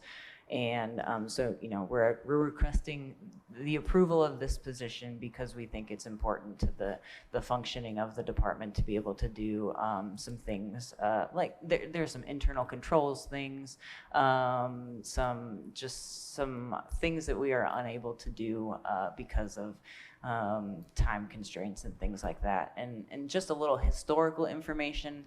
I would like to point out that this department in the past has consisted of this many positions, and we reduced that in the past because of some factors, and now we're adding that back in, and all at lower classifications than the old ones were at. So the financial aspect there, we're still at lower financial impact, but adding in a position that used to exist at a different classification. Okay. Yes, Councilor. Just again, PAC did hear this. This is a new position. And this position is going to be doing things like entering new hire information, termination information, pay change information into payroll and our personal administration systems. So it's a really important position, and they recommended that it be approved at that comment C level, and PAC agreed to forward it on to council. Okay. Are there other questions or comments? I had a question, and if you need to think about it, get back, or you just want to say, I don't want to comment on this, that's fine too. But when it was lowered to below the threshold of where we're going back to, would you or would Ms. Purdy say that was to the detriment of the service of the office? I think that it's functioned enough, but I think that there are just some other things that have changed in our department over the past few years that there are things that we could improve upon. Our time and attendance system is a big part of that. It requires some additional things for us to do in the department it was being handled in other departments. Also, there's just sort of like I mentioned, the internal controls part of things. There's no, this person's going to back up payroll. Our payroll person for the past 4 years has had no one else to do that, and having the payroll person do it and me being the backup, there's some issues there, because if I'm doing payroll, then I'm also unable to do my job and do both of those, and so that's probably one of the major things. Payroll is a big undertaking, and the tasks that I do require a lot of time sometimes too, so being able to balance that has been difficult. And if I may add, because I think that Ms. Sensenstein is, she's right. They've managed, but managing is not really meeting the needs always for our employees or our department heads. It's just they did the best they could possibly do, and we did it on purpose, really, we reduced the office to see what really was needed, and then we've kind of come back to building it back out and recognizing that we really do, in fact, need this staffing in this particular office to give our employees, and I said our department heads and elected officials, the support that they really need. And these guys really need to be able to take a holiday and not have to basically be working remotely because there isn't anybody else there to do it. So I just wanted, they did a great job. Councilor Hawk. I regret the auditor had to leave because I wanted to inquire. I thought the auditor had a position in her office that part of the job duties was a backup for payroll. Do I misunderstand that? The auditor's office had considered that as an option, but we don't feel that it would be best practice. We think that should be in a separate office. So we're not kind of commingling duties there. I'm asking what is the backup right now for payroll, right now as we speak? That is me. What, I beg your pardon? I am the backup to payroll. Okay, so I'm just saying this is far different than going ahead and raising someone's salary now because their classification came in early. This is saying that this new position, we've looked at all new positions being requested as a whole, going into budget for next year, and we determined that this is one of the top ones we're going to consider. Because if you try to get ahead of the budget session, and there's some of us here that know how to work it, don't we know? We know that. But we've got a lot of departments out there that are overworked and understaffed. So I want to say yes, like everybody else. I mean, yes sounds like a good word. Who doesn't want to get along with HR? I have a question about insurance, whatever.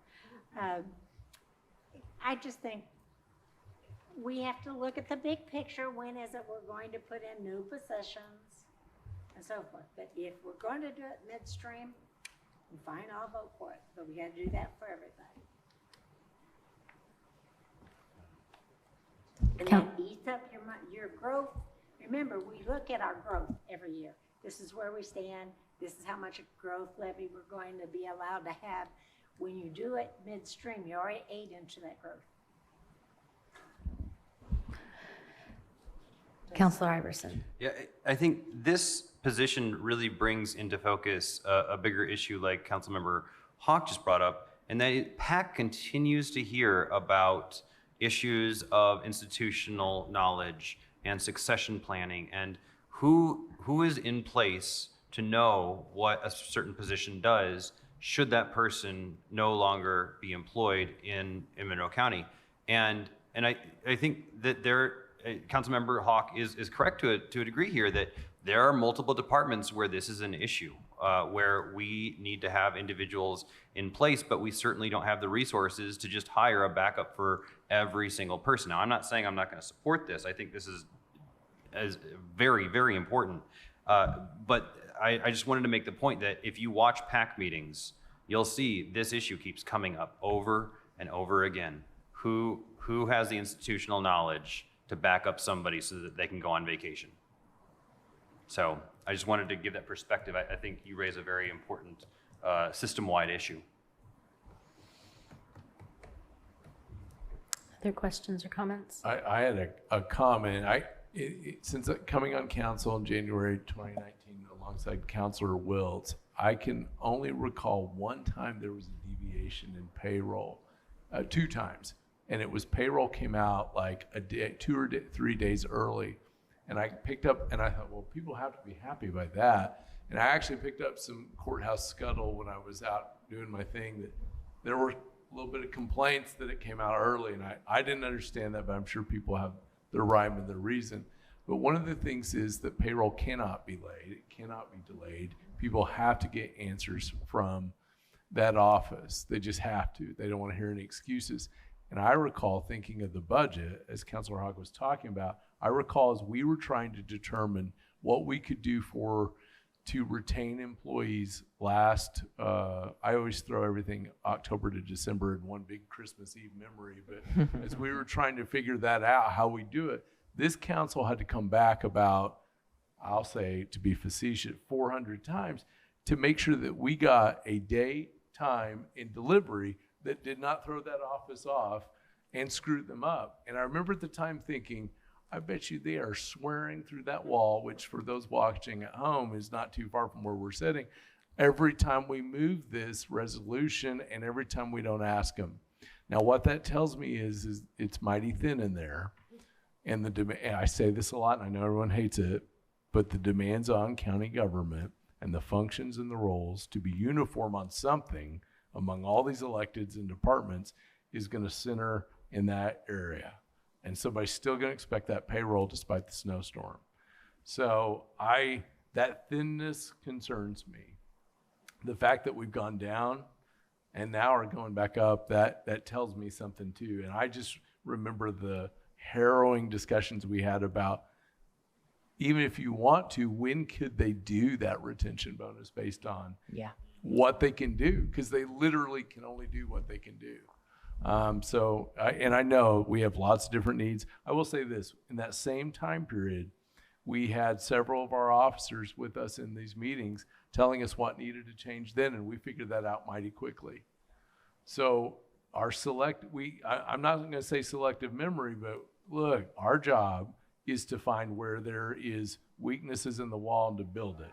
And some of these things that don't quite make the headlines, they are weaknesses that if it would go wrong, if that person right there would walk out, obviously problems. So anyway, look, I see this as a necessary to do.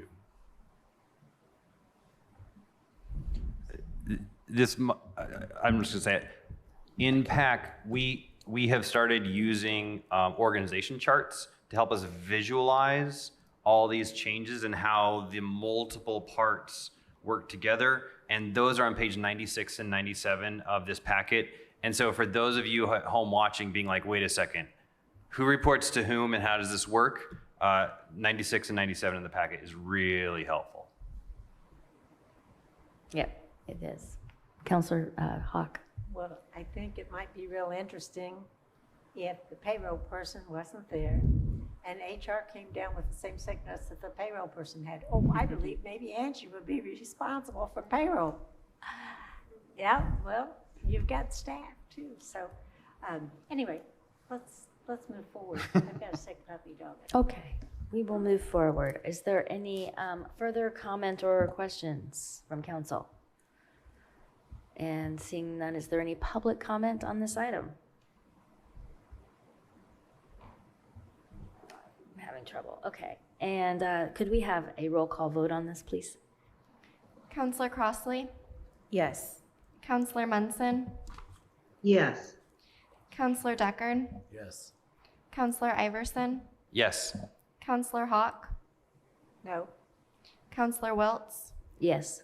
Motion passes 5-1. Thank you. Thank you. All right. Are we on item 12? We are on item 12 with our aviation department. Council, I move to approve the Aviation Department's request of a new job description position, an airport operations team lead, and to simultaneously amend the 2023 salary ordinance in Fund 1107-0000, Aviation Fund, adding account line 13509, Airport Operations Team Lead, LTCD, 35 hours non-exempt, with an effective date of July 16, 2023. Second. And we have Ms. Garst from the aviation department and Mr. Cockrell. Yes, Carlos couldn't be here tonight, so I told him that Amy and I could handle this. Jeff Cockrell with the County Legal Department. I think this in context of the next agenda item, it's hard for me to separate the two ideas, but essentially what we're doing is replacing a airport operations manager, which is now obsolete. I love that language. With basically we're moving one of the specialists to a team lead for the specialist, so they'll be in charge of all our operations specialists instead of the airport operations manager. So I think that big picture wise, we're moving a airport operations specialist to a leadership role, and that's what the job description changes, is making that a leadership role for those operations specialists. And then, but we're removing a different titled person that used to perform that function. It's hard to explain, but it was well done in the visuals that you provided and the explanation in the packet. So yeah, that makes sense. You're elevating one member of a team to then lead that team, essentially. It sounded like, okay. Are there questions or comments from council on this? I will repeat myself. This has gone through PAC as needed. We've seen this and are bringing it to the full council for everyone's action. And as a reminder, this is not a new position. They haven't added a new position. So just so that you'll think that I'm not playing favorites. They didn't add a new position. And just to underscore that point, on page 119 of your packet, there is the org chart. So if this is very confusing to you all, head over to page 119 of today's packet. There will be a net financial impact, though, because the team lead would be paid more than the team member, so to speak, correct?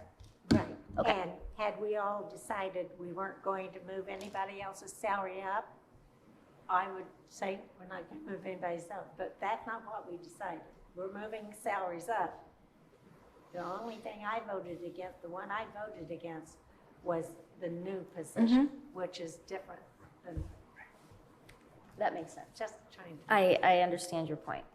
Yep. I mean, if I could play favorites, I would. I love the airport. Who doesn't? The airport's fun. Are there comments or questions from other council members?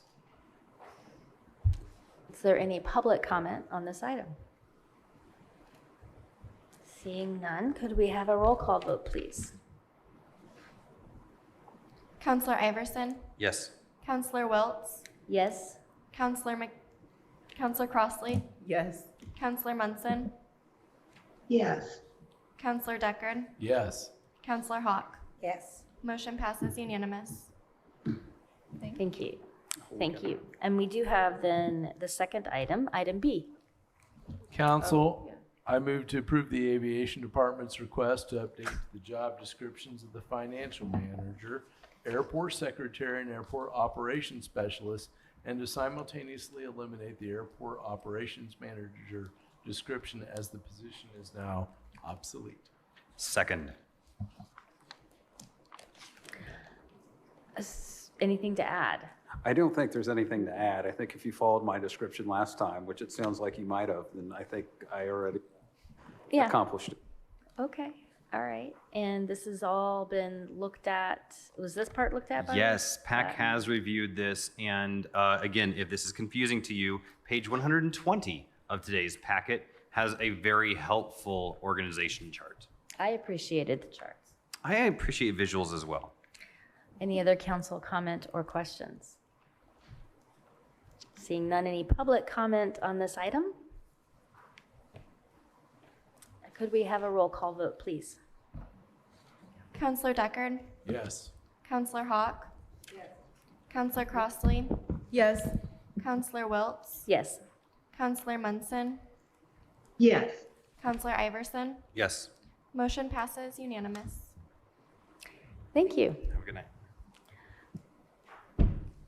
Our next item then is number 13 with our auditor's office. Council, I move to approve the auditor's request to update the job description of the general ledger and grants manager and to simultaneously amend the 2023 salary ordinance in Fund 1000-0002 General Fund Auditor, account line 10020 General Ledger and Grants Manager to a Pat C, 40 hours exempt, with an effective date of July 16, 2023, which is the beginning of the current pay period. Second. And we have Ms. Gregory from our auditor's office. Could you give us just a little background as to why the change? Absolutely. So the county we determined in my office that there's a need for a countywide grants manager. So as these duties have fallen to the grants ledger manager, or the county ledger manager position anyhow, it made sense to kind of update that job description to the duties that are actually being performed, and then to just change the name of that position and update so we're accurate with our job descriptions. When this was recommended to go to WIS, it came back as a Pat C, as you see, which is a classification higher. So. Okay, are there questions or comments from council? Yes? This came before PAC. It has been to WIS. PAC has voted to send it here, and that's what I'll say right now. Okay. Are there other questions or comments from council? I would have liked very much to have other things worked out as well so that we could have this whole reorganization of the auditor's office, but it appears we're not quite there. But I'm very happy to see that this is getting everybody in place and reorganized, because we know that the auditor who is now currently serving will, there's a time frame. Mm-hmm. And so there'll be a change over there. And so that, the office needs to keep moving forward just as smoothly as though there was no change in the leadership. And that's why it's important the auditor get everything organized just the way it needs to be, so that they work together as teams. Yes. If the auditor's office doesn't work right, folks, we may as well close down county government, because it all comes from the auditor's office, including funding for schools and for the city and everything. They have to do it all. Yes, it's true. And I do think Ms. Gregory undersold this just a little bit. This is a pretty important position, because whenever a department comes to us with grant funds to be appropriated, we tend to really laud the grants and the work that's gone into those grants to say, well, this is wonderful because it helps offset, it brings in revenue. And so this position is that corporate entity-wide position that's making sure that all of the T's are crossed and the I's are dotted. This is a huge position. This is really important to make sure that when we have these multi-year grants like we just approved, that if we make a mistake, that we don't lose that funding. This is a really important position. And it's more, please. It's more than just that particular funding for that particular grant. It's not been that many years ago that we were written up more than once because we didn't have our grants entered correctly. And we start losing those grants, we could lose, the fact is, you lose your credit rating. That's right. Which costs us a lot of money, and we could just end up losing the ability to bring in all those grants. So we operate by grants more than most counties, by far. So this is a hugely important position. And I'm glad that it's in the auditor's office. I had at one time thought, well, at least I thought internal control should be in the council office. Not operated by us, but just sort of like their own separate entity. But the grants position really needs to be in the auditor's office. Yeah, I think it's a overdue service for our departments. Are there other comments? I was just going to add to that discussion that historically, we can look back where we had some more difficult days, particularly in our auditor's office. And I just want to here publicly thank the auditor for the professionalization of these operations and this commitment, including Ms. Gregory and the work and the fine things that she sends us and the cooperation with council. And additionally, I would just say on the grant comment, if we were to ever, and this is more for people just watching, if this county were to ever lose all of the grants that our county department heads, elected officials, and I'm not talking about us, I'm not trying to pat our back. If we would lose all of those, the taxpayers of this community could never replace that revenue. We couldn't even begin to figure out how we do that, triage that, you name it. These are people bringing dollars into this community for your people, your children, your sons, daughters, cousins, neighbors, all that. And we're talking the range on that. So that always, as a person sitting in this role, that keeps me up at night at times, worrying about those things. I'm real proud of this, and I appreciate PAC for helping to get this to us. Councilor Munson? Yes, thank you. I just wanted to add my strong support for this position and to call everybody's attention to the fact that many of our grants have required matching funds, and these must be managed just as carefully as those that are coming from another agency into Monroe County. It really is a huge project for the auditor's office, a huge responsibility. Thank you. Thank you. It looks like Ms. Gregory has something. Yes, I just want to add, well, thank you for all your comments and contribution to the conversation. This is a really important position in addition to this, to the ledger manager's position. We have an enormous amount of grants, and it does take a lot of work, review, and support to ensure we're compliant, with grant policy, and that's our job to assist with auditing that. So, I mean, with this demonstrated need, we really do appreciate the support, and it is most appropriate for the auditor's office as we, manage the county funds to have this in under our supervision. So, thank you. Sure, thank you. Any other council comment or questions? Is there any public comment on this item? Seeing none, could we have a roll call vote, please? Counselor Munson.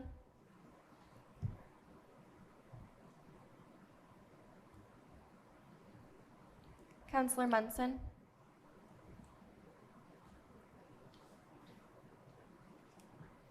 Maybe circle back. Counselor Hawk. Yes. Counselor Crossley. Yes. Counselor Iverson. Yes.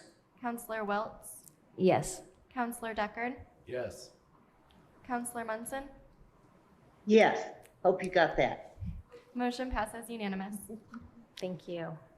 Thank you. I think we are on 13B. Council, I move to approve the auditor's request to update the job description of the GIS customer service representative and internal auditor. Second. Ms. Gregory. This is really just a housekeeping item to update the job descriptions to the current reporting structure that we're following in our office. So, yeah, just updating those job descriptions to represent how they actually report. Sounds good. Are there, Counselor Iverson, do you have anything to It's add? going to be shocking, but PAC heard this, and we forwarding it on to council with a positive recommendation. Fantastic. Any questions or comments from council? Any public comment on this item? Seeing none, could we have a roll call vote, please?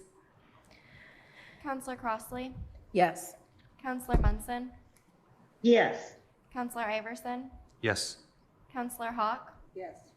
Counselor Deckard, Yes. Counselor Wiltz. Yes. Motion passes unanimous.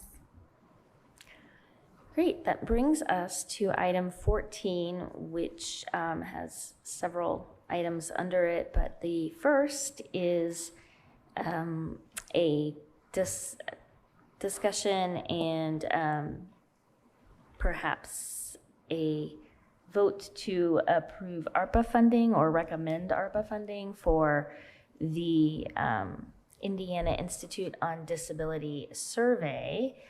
It was originally presented to the Community Justice Response Committee in 2022. And I believe the Board of Commissioners has worked on a contract with these folks. And we're considering it for an appropriation. Welcome, Ms. Purdy. I don't know if we have commissioners here. Oh, Ms. Thomas and Ms. Giffens are both on. Do you want to talk about this? No. You did ask. Well, I actually, sorry, I have minimal knowledge of this particular contract, but it was something that grew from the CGRC committee meeting, and it was something that group, my understanding, that group as a whole had thought was going to be beneficial for our community as well as our jail, and especially as we're looking at the new jail. And so the commissioners had entered into a contract. The sheriff also signed off on that particular contract, and it is now here before you for appropriation. And it's my understanding that this would come from lost revenue, but we have not actually run it past Baker Tilly. Oh. But we do believe that based on what we've been hearing from Baker Tilly, we think this would be a lost revenue. Huh, okay. And I'm looking over at Mr. Cockrell and Ms. Gregory. We've all kind of had that similar conversation. I don't know where it would be allocated otherwise. We haven't talked about it with Baker Tilly yet. If there is a category it would work in, we would certainly let you guys know. But it's certainly, from the experiences we've had, we think that this would not be a result of the pandemic. Okay. Thank you. So the specific project is really a research project. And the subjects of the research are our incarcerated individuals or recently incarcerated individuals?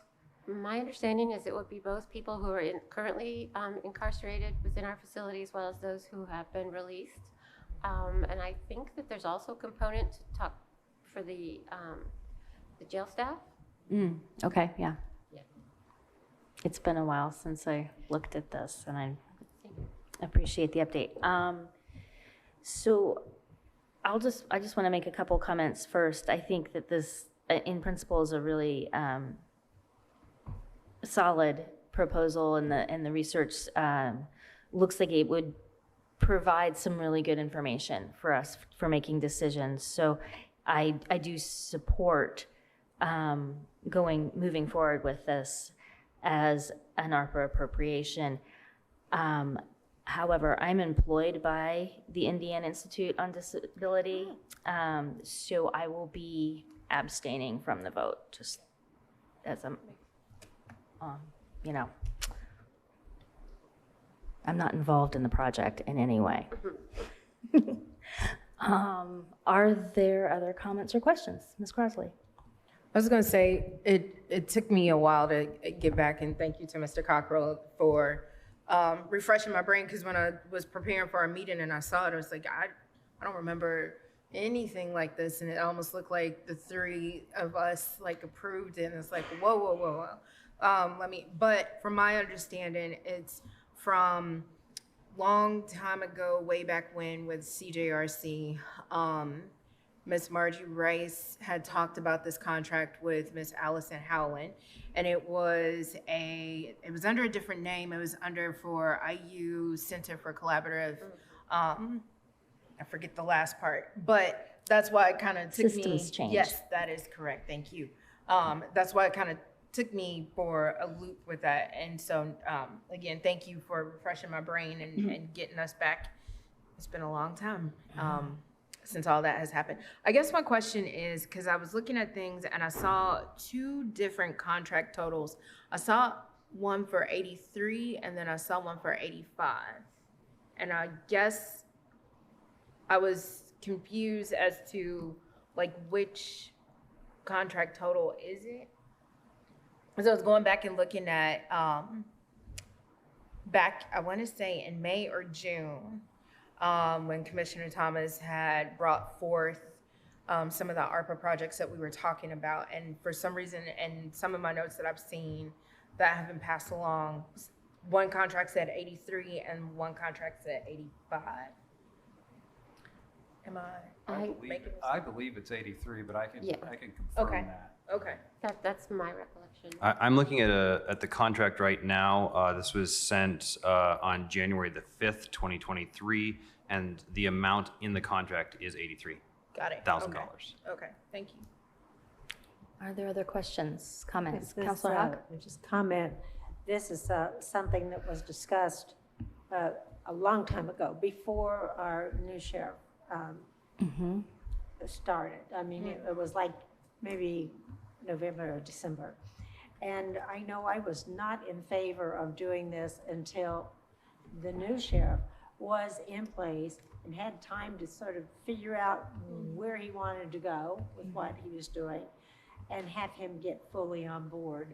I haven't had a conversation with him about this, but I would think that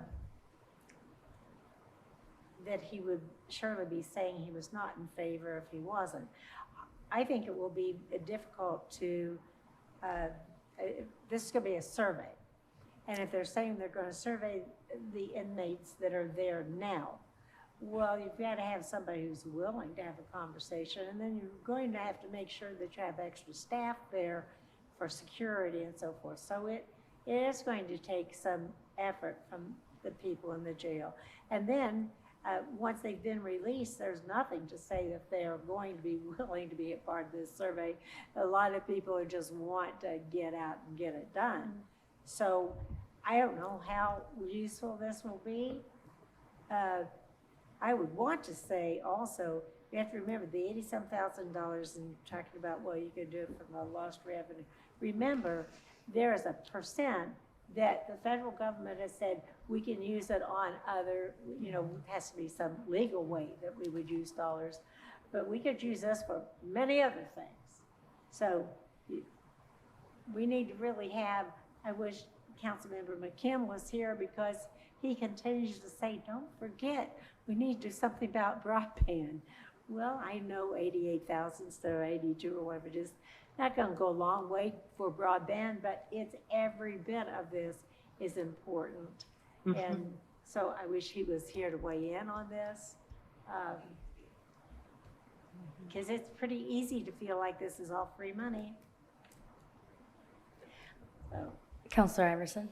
Yeah, I want to point out that this is a pretty collaborative survey. In the IIDC, or the Indiana Institute of Disability and Community, is going to be working with not only the Monroe County Jail, but also the probation department. And they're going to be developing this survey, and it's going to be pretty interesting, because then it'll be given to the Board of Commissioners for the results will be given to the Board of Commissioners, but it also stipulates that the approval is contingent upon the appropriation by the county council and acceptance by the county sheriff and the Board of Judges. And my question is, do we also have the approval of the Board of Judges? We do. Yes. Okay. We do. I would say, well, and maybe this is to answer some of Marty's questions as well. The sheriff himself has signed off on this agreement, so he is in support. I know that there have been conversations, because I was part of one of the early ones with the sheriff's chief deputy and jail commander on how the delivery of and how the method for the surveys, how they're going to be taken, and how the information is going to be received. So I know that there have been those conversations. Great. And I also want to point out, I think whenever we have an opportunity to work with Indiana University scholars, it's just such a win-win for not only Indiana University, but also Monroe County. So Maggie Walsh-Buhai and Allison Holland, both just really, really intelligent scholars, and I'm glad that they're going to be working on this. Are there other questions, comments? Yes. Just gonna say one more comment. It's all coming back to me like the Celine Dion song. But basically, it's humor, y'all. It's been a long day. So yes, because I do remember it took. I think the previous sheriff wasn't on board with it, and it did take our new sheriff a little bit longer to come on board with it after a lot of review, if you will, with that. And I would assume that this wouldn't be done without their blessing and help as well. But I do think that this is something that is vital and necessary, because this also helps us as we are thinking about building a new facility and have ways to keep folks out and reduce recidivism and a lot of other things.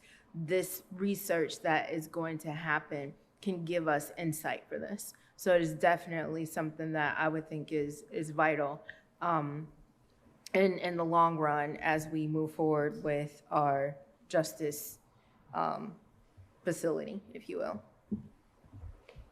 I have a question. Okay, go. Counselor Munson has her hand up, and then I'll go to you. Counselor Munson? Yes,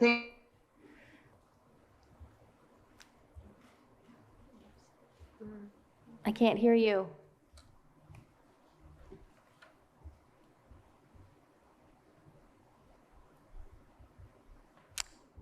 Cheryl, unmute. Okay, try again.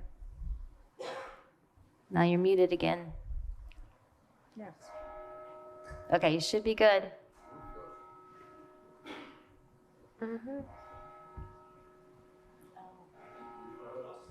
It's our problem. Well, I think No, it's there coming seems to on. be, The words are coming on. Yeah, Greg's been checking on it. Can hear Recording you. in I progress. think the courthouse just cut out for a second. Can you hear me? Now we can Yes. hear you. Yes, we've had a hard So sorry. This whole meeting has been back and forth between not being able to hear or see, and I'm sorry for the people at home too. Yeah.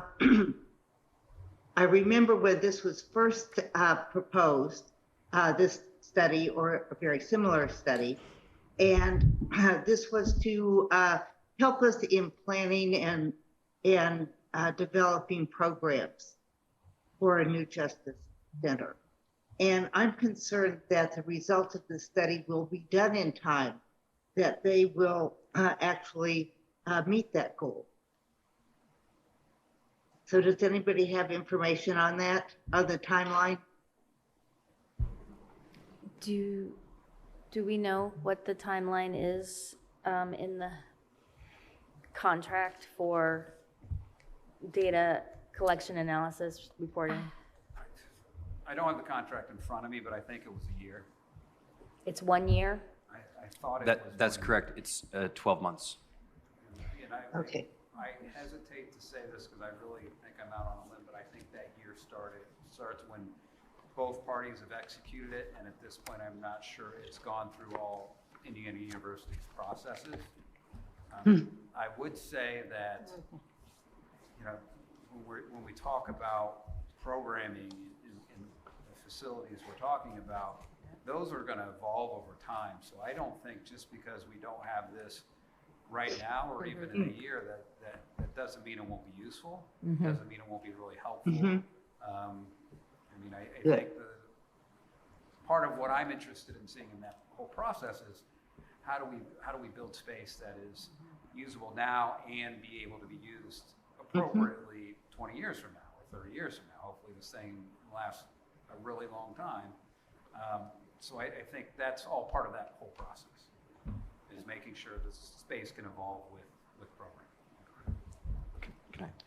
Yes. The other point I'd like to make to Mr. Cockrell's points, which I think were very astute, is that even if we had a site selection for our new jail on September 1st, we would not be able to start moving inmates to that new jail until sometime around March 2027, according to the timeline in our pony training.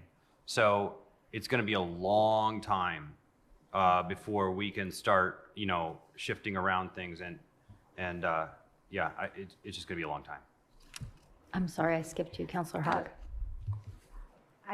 I have not received the amount that it would take I want to get the information from the sheriff's office. But I know that he would like to have, from some of the information I've received, some assistance for mental health counseling. And that will happen with a contract. Now, I don't think we're allowed to pay salaries out of these funds, but we can pay for a contract out of these funds, correct? I think we can. And so we could have, rather than do this for a survey for what we might need, we already know we need that assistance for mental health right there in our jail. And for $80-some thousand, that will get us a long way in that contract to get those hours done. I'm just suggesting, here's another option. I'd like to see it go to, we know we need it now. And see how far that $80-some thousand would go, because we could use it for that, I do believe. And remember, we can use, what is it, the top 10% or something of the total amount, we can use it for any legal purpose. Yeah, there is a revenue loss section. I believe this is coming out of that. And I guess those aren't mutually exclusive either, right? I mean, I think you guys, the council and the commissioners, can have that conversation of whether that is also a good use of that fund. I mean, Right, I was thinking both and. But, right, we haven't had that discussion. And I would think it would be worth looking into whether this might come out of the part of ARPA that I think exists. Yes, yeah. So anyway, it could, because it does seem like everything keeps getting shoved into just lost revenue. So. and I guess we could always, I mean, if it got approved today and we decided to utilize that different funding source, we could always bring in something back at a future meeting. Yeah, I think the type of questions that this research is aiming to examine will be informative to whatever mental health care we look at putting in place inside or outside the jail. I think there's going to be more nuance than, do we need mental health care? I agree with Counselor Hawk. We know we need that. The sheriff has expressed a desire to have more mental health care and more coordination. And that's it, that this does not take the place of that, and I agree. But I do feel like this will provide information that is informed by the population we're trying to serve, and I feel like that is a critical component to what we're trying to do here. Well, Go ahead. I have encouraged them to include a higher contract amount to cover this mental health in their projected budget for next year. Well, if we cover it in this for at least 1 year, that's just giving us more money in our county general fund. So I'm not going to support this because I would rather go see it go for a need that we know we have right now. Okay. And I believe we could legally do that. Yeah. Councilor Deckard? What I recognize that in our effort to wade our way through the jail discussions, and I'm grateful to the committee that can members and all the iterations that keep looking at that and all the stress of that. But I recognize as we do that, we will not be able to please everything that needs to be pleased, whatever that might mean to whoever might view it. But one steady thing I have heard is that people want to hear from those affected by our processes, our systems, and every elected official worth their salt has heard the testimonial of, here's what I don't understand. This happened to me. My cousin said this happened. And I always am amazed by the number of resources that are going on in the community and simultaneously that no one knows anything about. Yeah. And I wonder on this one, if we are literally have two things a block away from each other that could not help, and if the survey might not inform us so that we can do it. I'm amazed every single time Centerstone comes in here because they seem to have a multitude of miracles with a multitude of need and a multitude of funding need that just we can't seem to get that drawbridge shut. And by the way, that is a federal, state, and local problem for all of us, but we're here and the other two are not necessarily. So to me, I mean, I've heard this from every quarter. What is happening? What's going on? What is needed? Why can't this person get a break, assistance, you name it? And I have to wonder what the survey would tell us. Mm-hmm. And again, look, I say this a lot. We shouldn't get choked on data, but I don't think we have anything on this, right? I don't think we ever have. All we have is anecdotal me and a few others, and I think we could get some answers to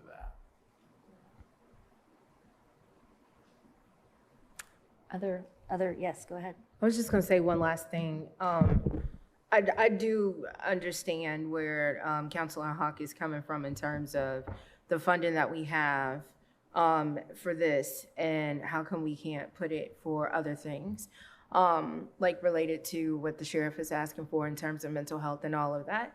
And since, this is a part of the conversation that we're having with ARPA, I do remember at the very beginning of our conversations of ARPA, some of us were saying, how about we take some of this funding and put it towards mental health and substance use, if ARPA funding would allow that to happen. So I guess I put that as a suggestion and a task to council as well as commissioners as well, again, to put that ask back out there as to how about we take some of this funding that we still have left, try to reprioritize with, help of Baker Tilly and others, not to put too much on, as well. Sorry. But I do think that, we have to look at our priorities and figure out, it's the old saying, we fund our priorities. And if that is what we are wanting to do, to Councilor Hawk's take, maybe we should take a look into, if we're spending it for this contract, how about we really truly put our money where our mouth is and try to make some funding available for mental health to be of use for jails, since that is things that we can do right now. So that's just my little sidebar comment. I think Commissioner Thomas wanted to say something. Oh, sure, absolutely. Do either of the commissioners want to speak on this issue? I just want to say, I appreciate that you're considering this. We approved it in our plan a few months back, and we've been looking forward to getting this moving. So thank you. Absolutely. Any other comments or questions from council or commissioners? Seeing none, is there any public comment? Could we have the vote, please?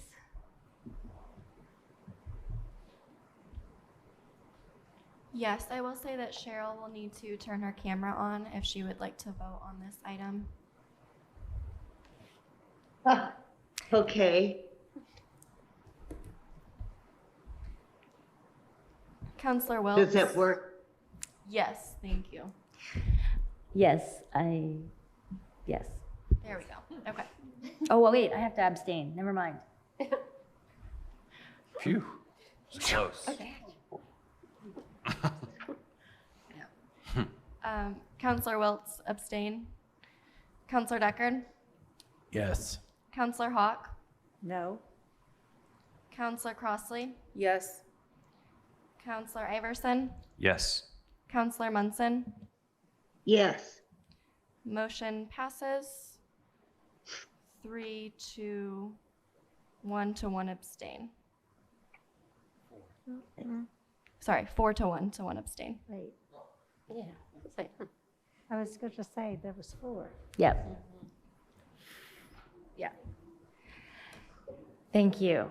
All right. The next part of our discussion is just an open invitation to council or commissioners. Are there other potential ARPA projects that you would like to talk about right now, get out on the floor?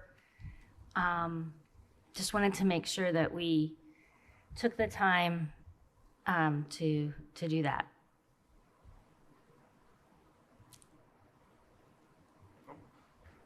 Hello, Mr. Cockrell. Yes, I have one, and we've talked about this somewhat in the past. I think it was at the June work session where, and when I'm talking about the Community Foundation grant funding project, at that point, I was directed to talk to Baker Tilly about that funding use.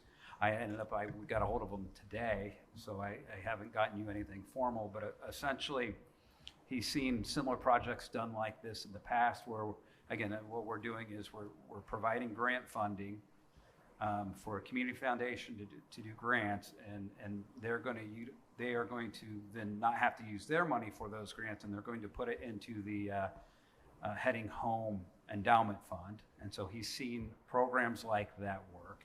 He said there are basically 2 key elements that we need to look out for, and one is to make sure that the sub-grants that the Community Foundation gives would be ARPA eligible. And 2, that the Community Foundation is doing adequate monitoring of those sub-grants because that would be their responsibility. I talked with the Community Foundation today. We're going to set up a meeting with Baker Tilly and the Community Foundation to kind of go over those 2 crucial things. I guess when talking to the Community Foundation, they indicated that, if they are going to get these grants out, they need to actually put together the guidelines and get going rather quickly. So I would ask, I know the total we asked for was 1.2 million, but I believe that would be over 2 different grant cycles. So this year's and next year's. If you guys would be comfortable enough to do half of that, then we can go ahead and get the agreement done for this year now so that we can make sure they meet their deadlines and timelines for their grant processes. If you want to do the whole thing, I will not object, but maybe that would be a way to get this moving forward so you guys would then have an opportunity to see how it works before the next round and another request. Okay. Ms. Gregory, you look like you might have something to add. I don't want to put you on the spot. I'd just like to add this will not be an advanced grant. We will distribute the funding like per project, per sub-grant. Oh, on our end even. Oh, Yes. wow. Wow. All right. That's a lot of work. Which is now very manageable with Baker Tilly. Thank you. Got it. It's all coming together for me. Are there questions then regarding that project? Yes. Yes, and I don't have the information from me that was just sent out today from the auditor's office. Thank you, Bree. Having to do with the last round, the 1.2 million that went through United Way. Mm-hmm. And only something like 78,000? I don't have that open. It was 78,000 that they had spent so far out of the $1.2 million. So is that the right number? I'll get you an updated number. I'm not positive. I know we just received another monthly report, so I can get that update out. So, well, at any rate, we know it's a very low amount. And so I really, before we start agreeing to another contract and another pot of money, we find out what's the change in the contract. Perhaps it needs the whole contract changed, the whole memorandum of understanding for the first $1.2 million. There has to be some reason, because we can't afford to just grant the dollars out and not get it spent down. We will lose the money, or in some, that's not a good thing. Correct, Bree? I will add that I believe United Way plans to utilize the county's ARPA funding provided with a big section of the project coming soon. I haven't seen an updated budget, so I can't really elaborate at this time, but I know that is coming. And I can say I've talked with Mary Morgan, and she's very interested in talking to us to give us an update. Her summary, she was out of town when I was trying to talk with her. Her summary indicated that they have a budget, they've budgeted out the county money and have every intention of spending it in the appropriate amount of time according to the contract. And this first part was intentionally slow. It's not as though they have had a hard time with it. They're following a plan. Okay, well, that's nice that you've heard that. And I've been told maybe the commissioners have something similar to that. We, the public, that's who we represent, we haven't been told that. And I think it's imperative that we are fully transparent about the $1.2 million. And I know it sounds crazy for Marty Hawk to be saying, hurry up and spend some money, because that's not like me at all. But I want to make sure that what we thought we were doing in the original MOU is really going to happen. Or if it can't happen that way, then there has to be some sort of a new contract, adjusted, amended contract, that we see that. And we see that in advance before we put something else out there that we still don't have a contract on. That's not very responsible. But then I'm sort of a contract person.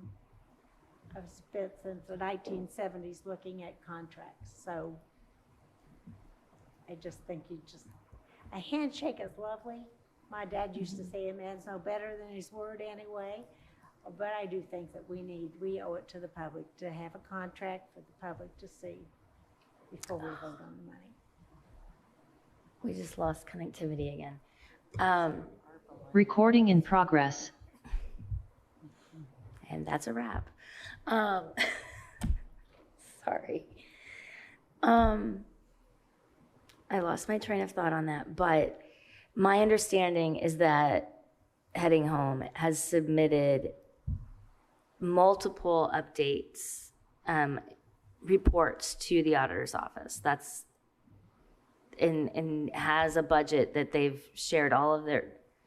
So there's some verbiage, I guess, we're mixing here. Sure, we've received monthly expense reports as required. I do not have an updated valid budget. Got it. Okay. That's worth the $78,000. Got it. so we have expense reports, but not an updated budget. And do we have any reason to believe that the budget that was original to the project has changed? Yeah, I think there is ample reason to believe that the original project budget, at least timeline, has changed. I see. I was just talking to Bree, and maybe it would be once we get the meeting with you and the commissioners that for ARPA purposes, maybe invite Mary Morgan there to kind of To that meeting. to give an update on that. I mean, I think that I don't know where everything's at, so I don't want to. Sure. I don't want to go either way on it, but I think that having her at that meeting, having talked to her, I think she could explain things. At least I hoped they'd be able to explain where we're at, and I think that may be a good way to resolve this conversation. Absolutely. Could council staff make sure that Ms. Morgan is invited and work with the auditor's office to make that? I'll help organize that and get it going. Thank you. Appreciate it. And, Okay. Madam President, Mhm. and I'd like to have that committed to paper so that we know, having a conversation is one thing, but it's like going to the doctor's office. If 3 people are there, we all heard something different. So let's have it committed to paper so we'll know what we're talking about. So you mean from heading home, have something on paper as an update to council? If they're Okay. projecting. We can certainly ask. Some kind of a need or Mhm. need to do something different. I think the expectation would be that they would have something to present at that meeting. I know Sure. she said paper, but it might be an electronic piece of paper. So I would expect to have something in that type of writing for Absolutely. that meeting. Okay. I think that makes a lot of sense. In which case, going back to the current question, which is the community foundation, are there other questions, first of all, or comments about committing the second 1.2 or half of 1.2 to at this time? And with all due respect, I just want to make sure we've gotten everybody's statement on that. Right. I haven't seen anything in writing as to what they specifically want to do with the $1.2 million. I understand it's going to be say one thing, but then the money's going to be saved and used for something else. And so it's really an effort to fund what the Heading Home project Absolutely. is. And I haven't seen what that committed to writing in any kind of agreement of what the outcome is going to be for that. For heading home. Yeah. Do we have anything in writing on that? I've been working on a draft. I want to get Baker Tilly's eyes on it before I circulate it, but it would have statements in there indicating that every dollar we put in, they would match that into a Heading Home endowment. And We're not ready for it. I agree. I do think, though, that, perhaps that could be at that same meeting. We could have an update if you have that ready. I feel poised to take action. I just don't feel comfortable taking action right now. And I don't know I know how Councilor Hawk feels. I don't know how the rest of y'all feel, but that's what I'm sensing. I agree. One thing I detect is that the sentiment generally of the council is supportive. It's making sure the details are right. And I have to say that this is a lot of our not-for-profit entities, some that are, figuring everything out that they got to figuring out how to do this artfully with us so that we're adhering to the law, adhering to the requirements, and being useful to the public. And I appreciate that patience with that. Whatever we need to do and I can help, I'm more than willing to do. Absolutely. Did you have another comment, Ms. Gregory? I was rudely sharing with Mr. Cockrell that Baker Tilly did not have any concerns about this project. We just don't have anything formally to present right now. So Okay. Let's take it up at the joint meeting. And if not, we'll have it on our agenda for our regular session too. I mean, because I don't want to hold up. Well, I guess my question is, I don't know if there's enough time to advertise for the additional appropriation for your next regular meeting. So I believe it's advertised for tonight. Is that correct? Can't we just table it? That was kind of my suggestion. Excellent. We can do that. Yes, because it's even the next, oh, wow, that's clever. See what they did there. Before we get to that, other projects, just want to make sure we're finishing out B on the agenda. Is there anyone who wants to talk about a different project or further comment on this project? Yes. I guess in the essence of transparency, it's been really helpful to read Baker Tilly's comments on the food security proposal and the Ivy Tech proposal. So I appreciate those coming back, and certainly we're going to have some conversations about how to, take their recommendations into, our minds as we're moving, if we want to move forward with these projects. If I may, on that note, I believe I've shared everything I've received back from Baker Tilly. However, I plan to forward everything received to date to the council office so they can throw it in your Dropbox, just so it's handy. I was just going to ask about that. That'd be great. Yeah, sure. Thank you. Yes. Ms. Gregory sent out quite a bit of information earlier today, so I know I didn't have time to thoroughly study it, but I know like there was one that the only way it could be cured was if we paid for the entire building instead of like a grant or whatever. There's ways that Baker Tilly says, well, you could do this, only you got to throw more money at it to do it. That's one of them. And then the one with Ivy Tech having to do the child care, that wasn't going to work. And I think, so there's a lot that we still have to move around here. So I think a special meeting just for that is really in order. All right. And I think we're in agreement there. That's, are there any other topics or comments for item B? The ARPA status is really helpful. That's a really great spreadsheet. Yeah, all of this, every time I get an email from you, Bree, it's fantastic and appreciated. Truly. Well, thank you much. There's an awesome team that, obviously helps me put all this together. So I'm really lucky. Thank you. It's appreciated. It's good information and it really helps. I haven't read today's emails thoroughly though. I will admit. I have, and I appreciate the colors. Right, I did too. That's really helpful. I liked it. Yeah, that's good. I'm very visual. I don't know if you've picked that up yet. Picking up a theme. The colors are pretty. All right. Okay, I would like to move to item C. Marty. Unless I'm also checking online here to see if nobody's unmuting or raising a hand. And for item C, I believe we would like to entertain a motion to table this until maybe a joint meeting even? Can we do that? Okay. So I think you have to table to a specific time and date. So I would just table it to your regular session in August. okay. I'm looking for that date. It will be August 8th.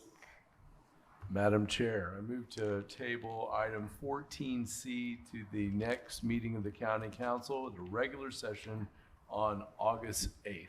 Second. Did you say item B and C or Just C. C.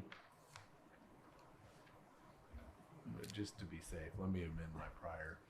I amend my former motion to include item B, other projects, and C, those appropriation spending amounts. Second. All right. Any questions or comments? All right, could we have, public comment? Our only audience member is asleep. Or bored. She looks like she's asleep. Just a minute, is that our next regular meeting? I thought we just agreed that we were going to have a special meeting just for that. But we don't know what the date and time, and we're being told we need to have a date, a specific date to table 2. So it's probably after that. So we'll try to meet before then, if we can. And that would be lovely, but hope springs eternal. But it's tabled to the 8th, assuming we can vote. I see no public comment, so could we call the vote? What's wrong? Okay, call the vote, please. Counselor Deckard, Yes. Counselor Crossley, Yes. Counselor Hawk,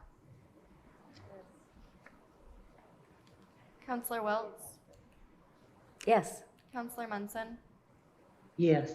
Counselor Iverson. Yes. Motion passes unanimous. All right, item 15, we already covered. And so I'm on to council comments. Are there any particular comments from council members this evening?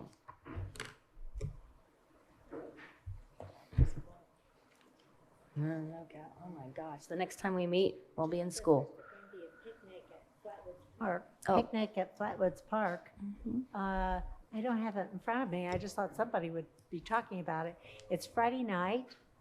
It's this and- coming Friday. And they're going to show a movie at dusk. And somebody else help me, I don't have it in front of me. As Councilor Hawk said, there is a Monroe County Parks and Rec, who do a wonderful job, will be hosting a movie night ribbon cutting ceremony to celebrate the opening of the new playground at Flatwoods Park. That is one of our hidden treasures that people are learning more about. This will be Friday, July 28th. So this Friday, it'll be at approximately 7:30 p.m. If you don't know where Flatwood Parks is, let me give you the address. 9499 West Flatwoods Road, Gosport, Indiana 47433. It's on the edge of our county next to our neighbors in Owen County. Check it out. Wonderful park, beautiful little trail that goes around there and playground. New playground equipment. Yeah. New playground, and the movie is Raya. I'm gonna embarrass myself.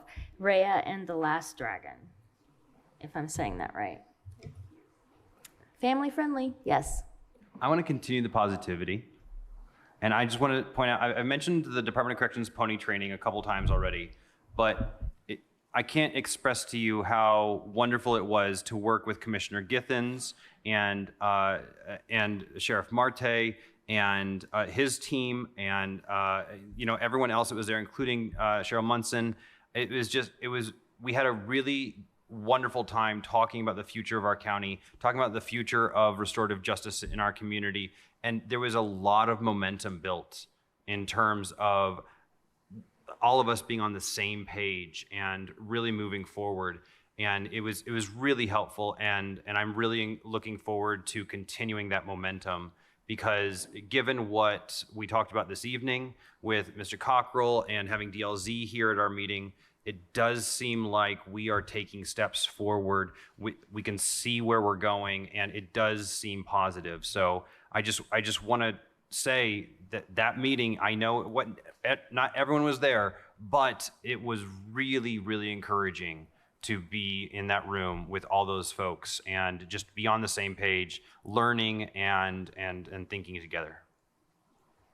That's fantastic. I was really sorry to miss it. Was that the 3-day conference? Yes, ma'am. Okay.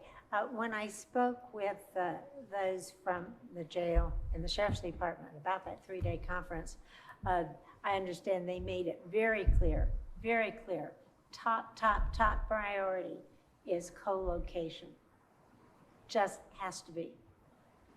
And it's going to be real hard for me to support moving forward building a jail if we haven't figured out a way to have it located together, because that's where people in danger. And what he made clear to me was it's of course it's the staff that's in danger. it's the public that's in danger because there could be disruption there. But it's also the inmate that's in danger because you never know which member of the public might want to take out somebody that's being transported.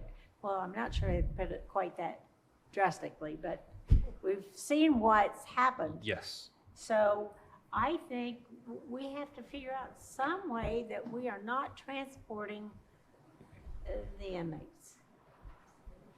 I do If we think have that's to a priority. Transport the judges, that's better than transporting the inmates. They won't like that, will they? But I'm just saying. Mm-hmm. I almost forgot, but it is Mr. Jeff Cockrell's birthday today, Whoa. and I think that And we he- should. He spent it with us. He did spend it with us. There's some candy right there, and I was just wondering if everyone could join me in a rendition of Happy Birthday. Happy birthday to you. Happy birthday to you. Happy birthday, dear Jeff. Happy birthday to you. Almost forgot. We. Can you sing that for us? I don't know it. Jeff, come on.